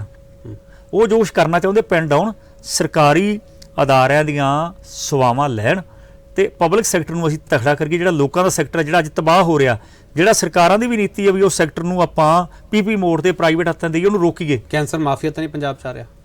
ਕੱਲਾ ਕੈਂਸਰ ਦੀ ਗੱਲ ਕਰਦੇ ਹੋ, ਸਮੁੱਚਾ ਪੰਜਾਬ ਅੱਜ ਬਿਮਾਰੀਆਂ ਦੀ ਭੇਟ ਚੜ ਚੁੱਕਿਆ। ਕਿਹੜਾ ਘਰ ਹੈ ਜਿਹਦੇ ਘਰੇ ਕੋਈ ਦਵਾਈ ਨਹੀਂ ਚੱਲਦੀ? ਦਵਾਈਆਂ ਦਾ ਅਰਬਾਂ ਦਾ ਕਾਰੋਬਾਰ ਕੱਲੇ ਪੰਜਾਬ 'ਚ ਹੋਏਗਾ, ਅਰਬਾਂ। ਮਤਲਬ ਕੱਲਾ ਕੈਂਸਰ ਨਹੀਂ, ਹਰ ਥਾਂ ਤੇ ਤੁਸੀਂ ਦੇਖਦੇ ਹੋ, ਆਪਾਂ ਸੁਣਦੇ ਹਰ ਖੇਤਰ ਚੰਗੇ ਤੇ ਮਾੜੇ ਦੋਵੇਂ ਲੋਕ ਹੁੰਦੇ ਨੇ। ਪਰ ਅੱਜ ਜਿਹੜੀ ਸਿਹਤ ਆ ਸਾਡੀ, ਕਾਰੋਬਾਰ ਦਾ ਅੱਡਾ ਬਣ ਗਿਆ। ਲੋੜੋਂ ਨਹੀਂ ਲੋੜ ਵੀ ਹੁੰਦੀ, ਲੋਕਾਂ ਦੇ ਟੈਸਟ ਕਰਵਾਏ ਜਾ ਰਹੇ। ਆਪਾਂ ਦੇਖਦੇ ਹਾਂ, ਪੜ੍ਹਦੇ ਹਾਂ, ਸੁਣਦੇ ਹਾਂ, ਲੈਬਾਰਟਰੀਆਂ 'ਚ ਕੀ ਚੱਲ ਰਿਹਾ, ਡਾਕਟਰਾਂ ਦਾ ਸ਼ੇਅਰ ਚੱਲ ਰਿਹਾ ਬਹੁਤਿਆਂ ਦਾ, ਥੀਏਟਰ ਰੈਫਰ ਕਰਨ ਦੇ ਪੈਸੇ ਲਏ ਜਾ ਰਹੇ ਕਈ ਹਸਪਤਾਲਾਂ 'ਚ। ਇਹ ਸਾਰਾ ਕੁਝ ਚੱਲ ਰਿਹਾ ਕਿ ਲੁੱਟ ਹੋ ਰਹੀ ਹੈ, ਬਿਲਕੁਲ ਹੋ ਰਹੀ ਆ। ਇਸ ਤੋਂ ਸੁਚੇਤ ਹੋਣ ਦੀ ਸਾਨੂੰ ਸਾਰਿਆਂ ਨੂੰ ਲੋੜ ਆ। ਚਲੋ ਆਪਾਂ ਆਖਰੀ ਪੜਾਅ ਵੱਲ ਵਧਦੇ ਪਏ ਹਾਂ। ਗੁਰਪ੍ਰੀਤ ਚੰਦ ਬਾਜਾ, ਮੈਂ ਤੁਹਾਡੇ ਬਾਰੇ ਜਾਣਨਾ ਚਾਹੁੰਦਾ, ਤੁਹਾਡੀ ਆਪ ਦੀ ਲਾਈਫ ਕੀ ਹੈ, ਕੀ ਤੁਸੀਂ ਕਰਦੇ ਹੋ, ਕਿੰਨਾ ਪੜ੍ਹੇ ਲਿਖੇ ਹੋ, ਪਰਿਵਾਰ 'ਚ ਕੌਣ ਕੌਣ ਹੈ? ਦੇਖੋ ਜੀ, ਮੇਰਾ ਜਿਹੜਾ ਹੈਗਾ, ਮੈਂ ਖੇਤੀ ਕਰਨ ਵਾਲਾ ਹੈਗਾ। ਮੈਂ 1995 ਤੋਂ 10ਵੀਂ ਚੋਂ ਪੜ੍ਹ ਕੇ 10.5 ਜਮਾਤਾਂ ਮੈਂ ਪੜ੍ਹਿਆ। ਉਸ ਤੋਂ ਬਾਅਦ ਮੈਂ ਖੇਤੀ ਕਰਨ ਲੱਗ ਪਿਆ ਸੀ। ਮੈਂ ਘਰੇ ਇਕੱਲਾ ਸੀਗਾ, ਮੇਰੇ 2 ਬੇਟੀਆਂ, 1 ਬੇਟਾ, ਪਤਨੀ ਆ, ਤੇ ਸਾਡਾ 5 ਜੀਆਂ ਦਾ ਪਰਿਵਾਰ ਹੈਗਾ। ਮੇਰਾ ਮੇਨ ਕਿੱਤਾ ਖੇਤੀਬਾੜੀ ਹੀ ਆ। ਤੁਸੀਂ ਬੜਾ ਇੰਟਰਸਟਿੰਗ ਕਿਹਾ 10.5 ਜਮਾਤਾਂ ਜੀ। ਇਹ 10.5 ਜਮਾਤਾਂ ਮੈਂ ਕਿਵੇਂ ਸਮਝਾਂ? ਮੈਂ +1 ਕਰਕੇ ਹਟ ਗਿਆ ਜੀ। ਉਹ ਜੇ +2 ਕਰਦਾ ਤਾਂ ਫੇਰ ਹੀ ਪੂਰਾ ਗਿਣਿਆ ਜਾਣਾ ਸੀ ਨਾ। ਜੀ। ਤੇ ਘਰ ਦੇ ਕਦੇ ਕਹਿੰਦੇ ਨਹੀਂ ਕਿ ਵੀ 10.5 ਜਮਾਤਾਂ ਪੜ੍ਹਿਆ ਬੰਦਾ ਐਡੇ ਵੱਡੇ ਬੰਦਿਆਂ ਨਾਲ ਪੰਗੇ ਲੈ ਰਿਹਾ? ਨਹੀਂ, ਕਰਦੇ ਤਾਂ ਚਲੋ ਘਰ ਦੇ ਸਹਿਯੋਗ ਤੋਂ ਬਿਨਾਂ ਕੁਝ ਨਹੀਂ ਕਰਦੇ। ਇਹ ਤਾਂ ਖੂਨ 'ਚ ਹੁੰਦਾ ਸਾਡੇ। ਇਹ ਤਾਂ ਮਤਲਬ ਮੇਰੇ ਪਿਓ ਦਾਦੇ ਦਾ ਜਿਹੜਾ ਵਿਰਸਾ, ਉਹ ਹਮੇਸ਼ਾ ਇਸੇ ਤਰ੍ਹਾਂ ਹੀ ਰਿਹਾ। ਜ਼ੁਲਮ ਦੇ ਖਿਲਾਫ ਬੋਲਣਾ, ਦੁਖੀ ਬੰਦੇ ਨੂੰ ਗੱਲ ਨਾ ਲਾਉਣਾ, ਤੇ ਉਦੋਂ ਵੱਡਾ ਸਾਡਾ ਵਿਰਸਾ ਸਾਡੇ ਗੁਰੂਆਂ ਨੇ ਦਿੱਤਾ। ਗੁਰੂ ਗੋਬਿੰਦ ਸਿੰਘ ਨੇ ਆਪਦਾ ਪਰਿਵਾਰ ਵਾਤਾ, ਅਸੀਂ ਤਾਂ ਕੋਈ ਕੱਖ ਵੀ ਨਹੀਂ ਗਏ। ਸਾਨੂੰ ਇਹ ਦੱਸਿਆ ਵੀ ਜਿੱਥੇ ਕਿਸੇ 'ਤੇ ਜ਼ੁਲਮ ਹੁੰਦਾ, ਕਿਸੇ ਧੱਕੇਸ਼ਾਹੀ ਹੁੰਦੀ ਆ, ਫਿਰ ਅੱਗੇ ਸਾਡੇ ਕੋਲੇ ਭਾਈ ਘਨੱਈਆ, ਜੇ ਸਾਡਾ ਦੁਸ਼ਮਣ ਵੀ ਆ ਜੇ ਚੰਗਾ ਕੰਮ ਕਰਦਾ ਸੀ, ਉਹਨੂੰ ਵੀ ਗੱਲ ਨਾ ਲਾਉਣਾ। ਫਿਰ ਅੱਗੇ ਸਾਡੇ ਕੋਲੇ ਭਗਤ ਪੂਰਨ ਸਿੰਘ ਜੀ ਬੈਠੇ ਨੇ, ਉਹ ਸਾਨੂੰ ਰਾਹ ਦਿਖਾ ਰਹੇ ਨੇ ਵੀ ਰੁੱਖਾਂ ਤੋਂ ਬਿਨਾਂ ਤੁਹਾਡੀ ਜ਼ਿੰਦਗੀ ਨਹੀਂ, ਮਨੁੱਖ ਅਧੂਰਾ। ਸਾਨੂੰ ਤਾਂ ਗੁਰੂ ਸਾਹਿਬ ਨੇ, ਗੁਰੂ ਨਾਨਕ ਸਾਹਿਬ ਤੋਂ ਲੈ ਕੇ ਅੱਜ ਤੱਕ ਸਿੱਖਿਆਵਾਂ ਸਾਨੂੰ ਉਸ ਇਤਿਹਾਸ ਤੋਂ ਮਿਲਦੀਆਂ। ਤੇ ਬਾਕੀ ਜਿਹੜਾ ਲੜਨ ਦਾ ਵਿਰਸਾ ਗੁਰੂ ਤੋਂ ਗਾਂ ਆਪਦੇ ਖਾਨਦਾਨ 'ਚ ਹੁੰਦਾ, ਤੇ ਉਹ ਸਾਡੇ। ਮਨ ਕਦੇ ਉਦਾਸ ਹੋਇਆ, ਕਦੇ ਟੁੱਟਿਆ, ਜਦੋਂ ਇੱਕ 1.5 ਸਾਲ ਦੇ ਜਵਾਕ ਨੂੰ ਹਸਪਤਾਲ ਦੇ ਮੰਜੇ ਤੇ ਪਏ ਹੋਏ ਦੇਖਦੇ ਹਾਂ, ਜਦੋਂ ਇੱਕ ਅਪਾਹਜ ਬੱਚੇ ਨੂੰ ਅਸੀਂ ਦੇਖਦੇ ਹਾਂ, ਜਦੋਂ ਉਹਦੇ ਸਰੀਰਕ ਵਿਕਾਸ ਨਹੀਂ ਹੁੰਦਾ ਗਾ, ਮੰਦਬੁੱਧੀ ਵੱਲ ਜਾ ਰਹੇ ਆ ਬੱਚੇ, ਉਹਦਾ ਮਨ ਟੁੱਟਦਾ? ਨਹੀਂ, ਟੁੱਟਦਾ ਇਹ ਆ, ਦੁੱਖ ਹੁੰਦਾ ਪੰਜਾਬ ਕਿਹੜੇ ਪਾਸੇ ਨੂੰ ਜਾ ਰਿਹਾ। ਉਹ ਬੱਚਾ, ਜਿੱਥੇ ਬੱਚਾ ਹੋ ਰਿਹਾ ਉੱਥੇ ਉਹਦਾ ਪਰਿਵਾਰ ਟੁੱਟ ਰਿਹਾ। ਤੇ ਇਹ ਜਿਹੜੀ ਸਿਸਟਮ ਆ, ਇਹ ਲੱਗ ਰਿਹਾ ਵੀ ਇਹ ਲੜਾਈ ਕਿਸੇ ਦੀ ਨਹੀਂ, ਮੈਂ ਆਪਣੀ ਆਉਣ ਵਾਲੀ ਔਲਾਦ ਲਈ ਲੜ ਰਿਹਾ, ਕਿਸੇ ਦੇ ਸਾਨ ਨਹੀਂ ਕਰ ਰਿਹਾ, ਤੁਹਾਡੇ ਮੇਰੇ ਜਾਂ ਕਿਸੇ ਹੋਰ ਤੇ। ਜੇ ਅੱਜ ਉਹ ਬੱਚਾ ਉਸ ਵਾਤਾਵਰਨ 'ਚ ਇਹ ਕੁਝ ਹੋ ਰਿਹਾ, ਤੇ ਕੱਲ੍ਹ ਨੂੰ ਆਉਣ ਵਾਲੀ ਜਿਹੜੀ ਸਾਡੀ ਪੀੜ੍ਹੀ ਹੋਏਗੀ ਉਹ ਕਿਸ ਤਰ੍ਹਾਂ ਦੀ ਹੋਊਗੀ? ਅਸੀਂ ਆਪਦੀ ਖਾਨਦਾਨ ਨੂੰ ਅੱਗੇ ਵਧਾਉਣ ਵਾਸਤੇ, ਆਪਦੀ ਪੀੜ੍ਹੀ ਨੂੰ ਬਚਾਉਣ ਵਾਸਤੇ ਇਹ ਲੜਾਈ ਲੜ ਰਹੇ ਹਾਂ। ਉਹ ਦੇਖ ਰਿਹਾ ਵੀ ਉਹ ਮਾਪੇ ਵਿਚਾਰੇ ਕਿਸ ਤਰੀਕੇ ਤਰਲੇ ਲੋਕਾਂ ਤੋਂ, ਹੁਣ ਜਿਹੜੇ ਛੋਟੇ ਬੱਚੇ ਕੈਂਸਰ ਵਾਲੇ ਹੁੰਦੇ ਆਪਣੀ ਸੰਸਥਾ ਕੋਲੇ ਆਉਂਦੇ ਆ, ਉਹ ਵਿਚਾਰਿਆਂ ਦੇ ਕਾਰੋਬਾਰ ਵੀ ਛੁੱਟ ਗਏ, ਉਹ ਬੱਚੇ ਦੇ ਪੈਸਾ ਵੀ ਲੱਗ ਰਿਹਾ। ਸਰਕਾਰਾਂ ਸਹੂਲਤਾਂ ਦਿੰਦੀਆਂ ਪਰ ਉਹ ਅਮਲੀ ਰੂਪ ਦੇ ਵਿੱਚ ਪੂਰਨ ਨਹੀਂ ਮਿਲਦੀਆਂ। ਇੱਕ ਰਾਜਨੀਤਿਕ ਲੋਕ ਨੂੰ, ਲੀਡਰਾਂ ਨੂੰ ਇਲਾਜ ਕਰਾਉਣ ਵਾਸਤੇ ਵਿਦੇਸ਼ਾਂ 'ਚੋਂ ਵੀ ਫੰਡ ਜਾਰੀ ਹੋ ਜਾਂਦੇ ਆ। ਇੱਕ ਕੈਂਸਰ ਪੀੜਤ ਬੱਚਾ, ਉਹ 1.5 ਲੱਖ ਵੀ ਪਹਿਲੀ ਗੱਲ ਪੂਰਾ ਨਹੀਂ ਮਿਲਦਾ। ਜੇ ਉਹ 'ਚੋਂ ਖਤਮ ਹੋ ਗਿਆ, ਉਹ ਵਿਚਾਰਾ ਦਰ ਜਾਂਦਾ, ਘਰ ਵੇਚਦਾ, ਆਪਦੇ ਕਿਤੇ ਕਰਜ਼ਾ ਚੱਕਦਾ, ਬੱਚੇ ਨੇ ਬਚਣਾ ਜਾਂ ਨਾ ਬਚਣਾ ਉਹ ਬਾਅਦ ਦੀ ਗੱਲ ਆ। ਉਹ ਸਾਰੀ ਉਮਰ ਕਰਜ਼ੇ ਦੀ ਮਾਰ 'ਚ ਆਜੂ, ਉਹਨੂੰ ਕੋਈ ਪਰਿਵਾਰ ਦਾ ਜੀ ਹੋਰ ਇਸ ਤਰ੍ਹਾਂ ਦੇ ਲਪੇਟ 'ਚ ਆ ਜਾਂਦਾ। ਅਸੀਂ ਹੰਬੋਰ ਵਾਲੀ ਸਾਈਡ ਗਏ, ਇੱਕ ਪਿੰਡ 40 ਮੰਦਬੁੱਧੀ ਬੱਚੇ ਪਾਏ, 11 ਮੌਤਾਂ 1 ਸਾਲ ਕੈਂਸਰ ਨਾਲ ਹੋਈਆਂ, ਇੱਕ ਪਰਿਵਾਰ ਦੇ 3 ਜੀ ਪਏ ਨੇ। ਵੱਡੇ ਸਰਦਾਰ ਲੋਕ ਨੇ, ਪਰ ਜਦੋਂ ਉਹਨਾਂ ਨਾਲ ਜਾ ਕੇ ਤੁਸੀਂ ਬੈਠੋਗੇ ਦੇਖਣ ਦੇ ਹੀ ਲੱਗਣਗੇ ਬਹੁਤ ਤੰਦਰੁਸਤ ਨੇ। ਜਦੋਂ ਤੁਸੀਂ ਅੱਧਾ ਘੰਟਾ ਬੈਠੋਗੇ ਫਿਰ ਨਾਨਕ ਦੁਖੀਆ ਸਭ ਸੰਸਾਰ ਇਹੀ ਆਵਾਜ਼ ਆਉਂਦੀ ਆ, ਮੇਰਾ ਪੁੱਤ ਆਏ ਆ, ਮੇਰੀ ਵਾਈਫ ਨੂੰ ਹੋ ਗਿਆ, ਮੇਰੀ ਮਾਂ ਆਹ ਹੋ ਗਈ, ਮੇਰੇ ਆਹ ਪ੍ਰੋਬਲਮ ਆ ਗਈ, ਮੈਂ ਆਹ ਦਵਾਈ ਖਾ ਰਿਹਾ। ਪੰਜਾਬ ਅੱਜ ਜਿੱਥੇ ਖੁਰਾਕ ਨਾਲ, ਸ਼ੁੱਧ ਪਾਣੀ ਨਾਲ, ਛੋਲਿਆਂ ਨਾਲ ਜੰਗਾਂ ਲੜਦੇ ਸੀ, ਅੱਜ ਅਸੀਂ ਆਪਦੀ ਜ਼ਿੰਦਗੀ ਜਿਉਣ ਦੇ ਲਈ ਇੰਨੀਆਂ ਦਵਾਈਆਂ ਗੀਝੇ 'ਚ ਪਾ ਕੇ ਘਰੋਂ ਤੁਰਦੇ ਹਾਂ ਵੀ ਅੱਜ ਫਲਾਨੀ ਥਾਂ ਜਾਣਾ, ਸ਼ੂਗਰ ਦੀ ਦਵਾਈ ਵੀ ਟਾਈਮ ਸਿਰ ਲੈਣੀ ਆ, ਹਾਰਟ ਦੀ ਲੈਣੀ ਆ, ਆਹ ਬਿਮਾਰੀ ਆ ਗਈ, ਆਹ ਆ ਗਈ। ਬੜੀਆਂ ਭਿਆਨਕ ਬਿਮਾਰੀਆਂ ਪੰਜਾਬ ਨੂੰ ਲਪੇਟ 'ਚ ਲੈ ਰਹੀਆਂ। ਇਸ ਕਰਕੇ ਬਲਿਹਾਰੀ ਕੁਦਰਤ, ਗੁਰੂ ਸਾਹਿਬ ਨੇ ਕਿਹਾ ਬਲਿਹਾਰੀ ਕੁਦਰਤ ਵਸਿਆ, ਜਿੰਨੇ ਚਿਰ ਅਸੀਂ ਗੁਰੂ ਦੇ ਬਚਨ ਨਹੀਂ ਕਮਾਉਂਦੇ ਗੇ, ਸ਼ੁੱਧ ਵਾਤਾਵਰਣ ਲਈ ਨਹੀਂ ਲੜਦੇ ਗੇ, ਲੋਕਾਂ ਦੇ ਹੱਕਾਂ ਲਈ ਨਹੀਂ ਲੜਦੇ, ਸਰਕਾਰ ਨੂੰ ਜ਼ਿੰਦਗੀ ਜਿਉਣ ਦਾ ਅਧਿਕਾਰ ਦਿੱਤਾ, ਰਾਈਟ ਟੂ ਟਰੀਟਮੈਂਟ। ਹੁਣ ਲੀਡਰਾਂ ਦੇ ਇਲਾਜ ਮੁਫਤ ਹੁੰਦੇ ਨੇ, ਅਫਸਰਾਂ ਦੇ ਇਲਾਜ ਮੁਫਤ ਹੁੰਦੇ ਨੇ, ਤੇ ਇੱਕ ਕਿਰਤੀ ਦੁਕਾਨਦਾਰ ਆ, ਕਿਸਾਨ ਆ, ਮਜ਼ਦੂਰ ਆ, ਕੱਚਾ ਕੰਮ ਆ, ਉਹਦੇ ਵੀ ਵਿਤਕਰਾ ਕਿਉਂ ਹੁੰਦਾ? ਜਦੋਂ ਕੋਈ ਬਿਮਾਰ ਹੋ ਗਿਆ, ਤੁਹਾਡੇ ਦੇਸ਼ ਦਾ ਢਿੱਡ ਭਰਨ ਦੇ ਲਈ ਅੱਜ ਕਿਸਾਨਾਂ ਨੇ ਆਪਦੀ ਧਰਤੀ ਬਿਮਾਰ ਕਰ ਲਈ, ਆਪਦਾ ਪਾਣੀ ਬਿਮਾਰ ਕਰ ਲਿਆ। ਜਦੋਂ ਕਿਹਾ ਜੈ ਜਵਾਨ ਤੇ ਜੈ ਕਿਸਾਨ, ਅਸੀਂ ਪਿੱਛੇ ਨਹੀਂ ਹਟੇਗੇ। ਹਰੀ ਕ੍ਰਾਂਤੀ ਦੇ ਨਾਂ ਤੇ ਅਸੀਂ ਤਬਾਹੀ ਦੇ ਕੰਢੇ ਤੇ ਜਾ ਖੜੇ ਆ। ਅੱਜ ਉਸ ਤਬਾਹੀ ਨੇ ਸਾਨੂੰ ਕਿਸ ਮੋੜ ਤੇ ਲੈ ਗਿਆ? ਹਸਪਤਾਲ, ਹਰ ਮੋੜ ਤੇ ਦਵਾਈ ਵਾਲੀ ਦੁਕਾਨ, ਹਰ ਸ਼ਹਿਰ ਦੇ ਵਿੱਚ 10-10 ਹਸਪਤਾਲ ਭਰੇ ਪਏ ਨੇ, ਕਿਤੇ ਵਾਰੀ ਨਹੀਂ ਆ ਰਹੀ। ਤੇ ਕਿੱਥੋਂ ਸਿਰਜਿਆ ਗਿਆ ਇਹ ਵਰਤਾਰਾ? ਇਸ ਕਰਕੇ ਸਾਨੂੰ ਆਪਣੀ ਸਿਹਤ ਬਚਾਉਣ ਦੇ ਲਈ ਪਹਿਲ ਕਦਮੀ ਕਰਨੀ ਪਊਗੀ, ਕਿਸੇ ਤੋਂ ਨਹੀਂ। ਅਸੀਂ ਮੈਂ ਕਿਸਾਨ ਵੀਰਾਂ ਨੂੰ ਬੇਨਤੀ ਕਰੂੰਗਾ, ਮੈਂ 30-30 ਏਕੜ ਵਾਲਿਆਂ ਨੂੰ ਦੇਖਿਆ ਉਹ ਸਬਜ਼ੀ ਮੁੱਲ ਲੈਂਦੇ ਨੇ। ਘੱਟੋ ਘੱਟ ਯਾਰੋ ਅਸੀਂ ਆਪਣੇ ਘਰਾਂ 'ਚ ਸਬਜ਼ੀ ਜ਼ਹਿਰ ਮੁਕਤ ਕਰੀਏ, ਫਰੂਟ ਕਰੀਏ। ਅਸੀਂ ਆਪਦੇ ਬੱਚਿਆਂ ਨੂੰ ਆਪਦੇ ਵਿਰਸੇ ਖੇਤੀ ਨਾਲ ਜੋੜੀਏ, ਕੰਮਕਾਰ ਹੱਥੀਂ ਕੰਮ ਕਰਨਾ ਜੋੜੀਏ। ਇਹ ਸਾਡੇ ਲਈ ਜ਼ਰੂਰੀ ਆ। ਅਸੀਂ ਜਾਣੇ ਕਿਲੋਮੀਟਰ ਤੇ ਵੀ ਜਾਣਾ, ਮੋਟਰਸਾਈਕਲ ਕਾਰ ਤੇ ਜਾਣੇ, ਤੇ ਹੱਥ ਨੇ ਕਹਿ ਦਿੰਦੇ ਚਲੋ ਜਿੰਮ 'ਚ। ਇਹ ਚੀਜ਼ਾਂ ਛੱਡ ਕੇ ਅਸੀਂ ਕੁਦਰਤੀ ਤੌਰ ਤੇ ਕੰਮ ਕਰੀਏ, ਸਾਨੂੰ ਜਿੰਮਾਂ ਜਾਣ ਦੀ ਲੋੜ ਨਾ ਪਵੇ। ਕੱਲਾ ਕਿਸਾਨ ਜ਼ਿੰਮੇਵਾਰ ਹੈ ਨਾ, ਸਰਕਾਰਾਂ ਦਾ ਵਰਤਾਰਾ, ਕਿਸਾਨ ਦਾ ਫਰਜ਼ ਬਣਦਾ ਵੀ ਘੱਟੋ ਘੱਟ ਜੋ ਬੀਤ ਗਿਆ ਦੋਸ਼ ਇੱਕ ਨੂੰ ਨਹੀਂ ਦੇ ਸਕਦੇ। ਸਾਡੇ ਕੋਲ ਸਿਰਜਣਾ ਇਹ ਕਰਤੀ ਵੀ ਸਾਨੂੰ ਅੱਜ ਇਸ ਦਲਦਲ 'ਚ ਫਸਾਲਿਆ ਗਿਆ ਵੀ ਸਾਡੇ ਖਰਚੇ ਇੰਨੇ ਵੱਧ ਗਏ ਆ, ਸਾਨੂੰ ਐਜੂਕੇਸ਼ਨ ਦੀ ਵੀ ਲੋੜ ਹੈ। ਸਾਡੇ ਬੱਚਿਆਂ ਨੂੰ ਵੀ ਚਾਹੀਦਾ ਵੀ ਸਾਡੇ ਬੱਚੇ ਪੜ੍ਹ ਲਿਖ ਕੇ ਚੰਗੇ ਹੋਣ, ਚੰਗੇ ਕੱਪੜੇ ਹੋਣ, ਚੰਗੀਆਂ ਕਾਰਾਂ ਹੋਣ। ਪਰ ਉਸ ਦਲਦਲ ਨੇ ਸਾਨੂੰ ਅੱਜ ਨਿਵਾਣ 'ਚ ਸਿੱਟਤਾ, ਸਾਨੂੰ ਕਰਜ਼ਾਈ ਕਰਤਾ। ਅੱਜ ਪੰਜਾਬ ਦਾ ਉਹ ਕੋਈ ਕਿਸਾਨ ਵਿਰਲਾ ਹੋਏਗਾ ਜਿਹੜਾ ਕਰਜ਼ੇ ਦੀ ਮਾਰ 'ਚ ਨਾ ਹੋਏਗਾ। ਪੰਜਾਬ ਲਈ ਤੇ ਆ ਜਾਊਗਾ ਜੀ, ਲਈ ਤੇ ਆ ਜਾਊਗਾ ਪੰਜਾਬ, ਜੇ ਅਸੀਂ ਉਹ ਗੁਰੂ ਦੀ ਗੱਲ ਮੰਨੀਏ। ਸਬਰ ਸੰਤੋਖ ਦੀ ਗੱਲ ਹੋਈ ਹੈ। ਹਰ ਮਨੁੱਖ ਨੇ ਇਹ ਚੀਜ਼ ਇਹ ਦੌੜ 'ਚ ਲੱਗ ਗਿਆ, ਹਰ ਮਨੁੱਖ ਛੋਟੇ ਤੋਂ ਲੈ ਕੇ ਵੱਡਾ, ਵੀ ਮੈਂ ਮਰਨਾ ਨਹੀਂ, ਪੈਸਾ ਇਕੱਠਾ ਕਰਨਾ। ਮਰਨਾ ਤਾਂ ਹੈ ਹੀ ਨਹੀਂ ਨਾ। ਜਿਹੜਾ ਇੱਕ ਅਫਸਰ ਆ, ਮੁਲਾਜ਼ਮ ਆ, ਉਹ ਕਰਪਸ਼ਨ ਕਿਉਂ ਕਰਦਾ? ਉਹ ਗਰੀਬ ਲੋਕਾਂ ਦੀ ਜੇਬਾਂ 'ਚੋਂ ਪੈਸੇ ਕੱਢਦਾ ਤੰਗ ਪਰੇਸ਼ਾਨ ਕਰਕੇ। ਸਾਡੀ ਵੀ ਦੌੜ ਇਹੀ ਆ ਵੀ ਅਸੀਂ ਵੱਧ ਝਾੜ ਕਰਕੇ ਵੀ ਅਸੀਂ ਲੱਖਾਂ 'ਚ ਕਰਨਾ, ਪਰ ਲੱਖਾਂ 'ਚ ਕਮਾਇਆ ਕੀ ਆ ਅਸੀਂ? ਇਸ ਕਰਕੇ ਸੰਤੋਖ ਦੀ ਗੱਲ ਆ। ਸੰਤੋਖ ਬਿਨਾਂ ਨਹੀਂ ਕੋਈ ਰੱਜ। ਗੁਰੂ ਸਾਹਿਬ ਨੇ ਕਿਹਾ ਸੰਤੋਖ ਤੋਂ ਬਿਨਾਂ ਕੋਈ ਰੱਜ ਨਹੀਂ ਗਾ। ਤੇ ਪੈਸਾ ਜਿੰਨਾ ਮਰਜ਼ੀ ਕਰ ਲਈਏ, ਜੇ ਕੱਲ੍ਹ ਨੂੰ ਲਾਦ ਨਾ ਬਚੀ, ਜਿਹੜੀਆਂ ਕੋਠੀਆਂ ਬੰਗਲੇ ਆ, ਤੁਹਾਡੇ ਰੁਤਬੇ ਆ, ਤੁਹਾਡੀਆਂ ਲੀਡਰੀਆਂ, ਉਹਨਾਂ ਤੇ ਦੰਦੀਆਂ ਨਹੀਂ ਵੱਢੋਗੇ ਜਦੋਂ ਤੁਹਾਡੇ ਬੱਚੇ ਹੀ ਨਾ ਹੋਏ। ਤੇ ਇਸ ਕਰਕੇ ਸਾਨੂੰ ਸਾਰਿਆਂ ਨੂੰ ਅਮੀਰੀ ਸਾਡੀ ਔਲਾਦ ਆ। ਔਲਾਦ ਨੂੰ ਬਚਾਉਣ ਦੇ ਲਈ ਤੰਦਰੁਸਤ ਵਾਤਾਵਰਨ ਹਰ ਪੱਖਾਂ ਤੋਂ, ਤੇ ਸਾਡਾ ਜਿਹੜੀ ਦਿਮਾਗ ਦੇ ਵਿੱਚ ਵੀ ਇੱਕ ਵਕਾਰ ਭਰੇ ਹੋਏ ਨੇ, ਪ੍ਰਦੂਸ਼ਣ ਭਰਿਆ, ਉਹਨੂੰ ਵੀ ਕੱਢਣ ਦੀ ਲੋੜ ਆ। ਤੇ ਸਰਬੱਤ ਦੀ ਭਲੇ ਦੀ ਗੱਲ ਕਰੀਏ ਤੇ ਸਾਡਾ ਭਲਾ ਆਪ ਦੀ ਆਪ ਹੋ ਜਾਏਗਾ। ਚਲੋ, ਬਹੁਤ ਧੰਨਵਾਦ ਗੁਰਪ੍ਰੀਤ ਸਿੰਘ ਚੰਦਬਾਜਾ ਤੁਹਾਡੇ ਉੱਤਮ ਵਿਚਾਰਾਂ ਦੇ ਲਈ। ਤੁਸੀਂ ਬਹੁਤ ਆਪਦਾ ਕੀਮਤੀ ਵਕਤ ਸਾਨੂੰ ਦਿੱਤਾ। ਧੰਨਵਾਦ ਜੀ। ਇਹ ਸਨ ਗੁਰਪ੍ਰੀਤ ਸਿੰਘ ਚੰਦਬਾਜਾ, ਜਿਨ੍ਹਾਂ ਤੋਂ ਅਸੀਂ ਤਮਾਮ ਸਵਾਲ ਲੈਣ ਦੀ ਕੋਸ਼ਿਸ਼ ਕੀਤੀ ਹੈ। ਕੁਝ ਸਵਾਲ ਇਹੋ ਜਿਹੇ ਵੀ ਸੀਗੇ ਜਿਹੜੇ ਕਿ ਹੋ ਸਕਦਾ ਕਿ ਕੁਝ ਅਖੌਤੀ ਸਮਾਜ ਸੇਵੀਆਂ ਨੂੰ ਚੁੱਭਦੇ ਵੀ ਹੋਣਗੇ, ਪਰ ਇਸ ਦੌੜ ਭੱਜ ਭਰੀ ਜ਼ਿੰਦਗੀ ਦੇ ਵਿੱਚ ਚੌਗਿਰਦੇ ਲਈ ਸਾਨੂੰ ਵਕਤ ਕੱਢਣਾ ਪਊਗਾ, ਚੌਗਿਰਦੇ ਬਾਰੇ ਸੋਚਣਾ ਪਊਗਾ। ਚੌਗਿਰਦਾ ਫਿਰ ਸਾਡੀ ਸਿਹਤ ਬਾਰੇ, ਨਰੋਏ ਪੰਜਾਬ ਬਾਰੇ, ਇਸ ਨਰੋਈ ਦੁਨੀਆ ਬਾਰੇ ਸੋਚੇਗਾ। ਪਰ ਬਹੁਤ ਸਾਰੇ ਸਵਾਲ ਸਾਡੇ ਜ਼ਿਹਨ ਦੇ ਵਿੱਚ ਹੈ, ਤੇ ਮੈਂ ਆਪਦੇ ਭਾਈਚਾਰੇ ਨੂੰ ਵੀ ਅਪੀਲ ਕਰਦਾ ਕਿ ਤੁਸੀਂ ਵੀ ਇਸ ਦੌੜ ਭੱਜ ਭਰੀ ਜ਼ਿੰਦਗੀ ਦੇ ਵਿੱਚ ਕੁਝ ਵਕਤ ਚੌਗਿਰਦੇ ਨੂੰ ਦਿਓ, ਨਹੀਂ ਤਾਂ ਤੁਸੀਂ ਵੀ ਅਗਲੀ ਪੀੜ੍ਹੀ 'ਤੇ ਗੁਨੇਗਾਰ ਹੋ ਜਾਓਗੇ। ਬਹੁਤ ਧੰਨਵਾਦ।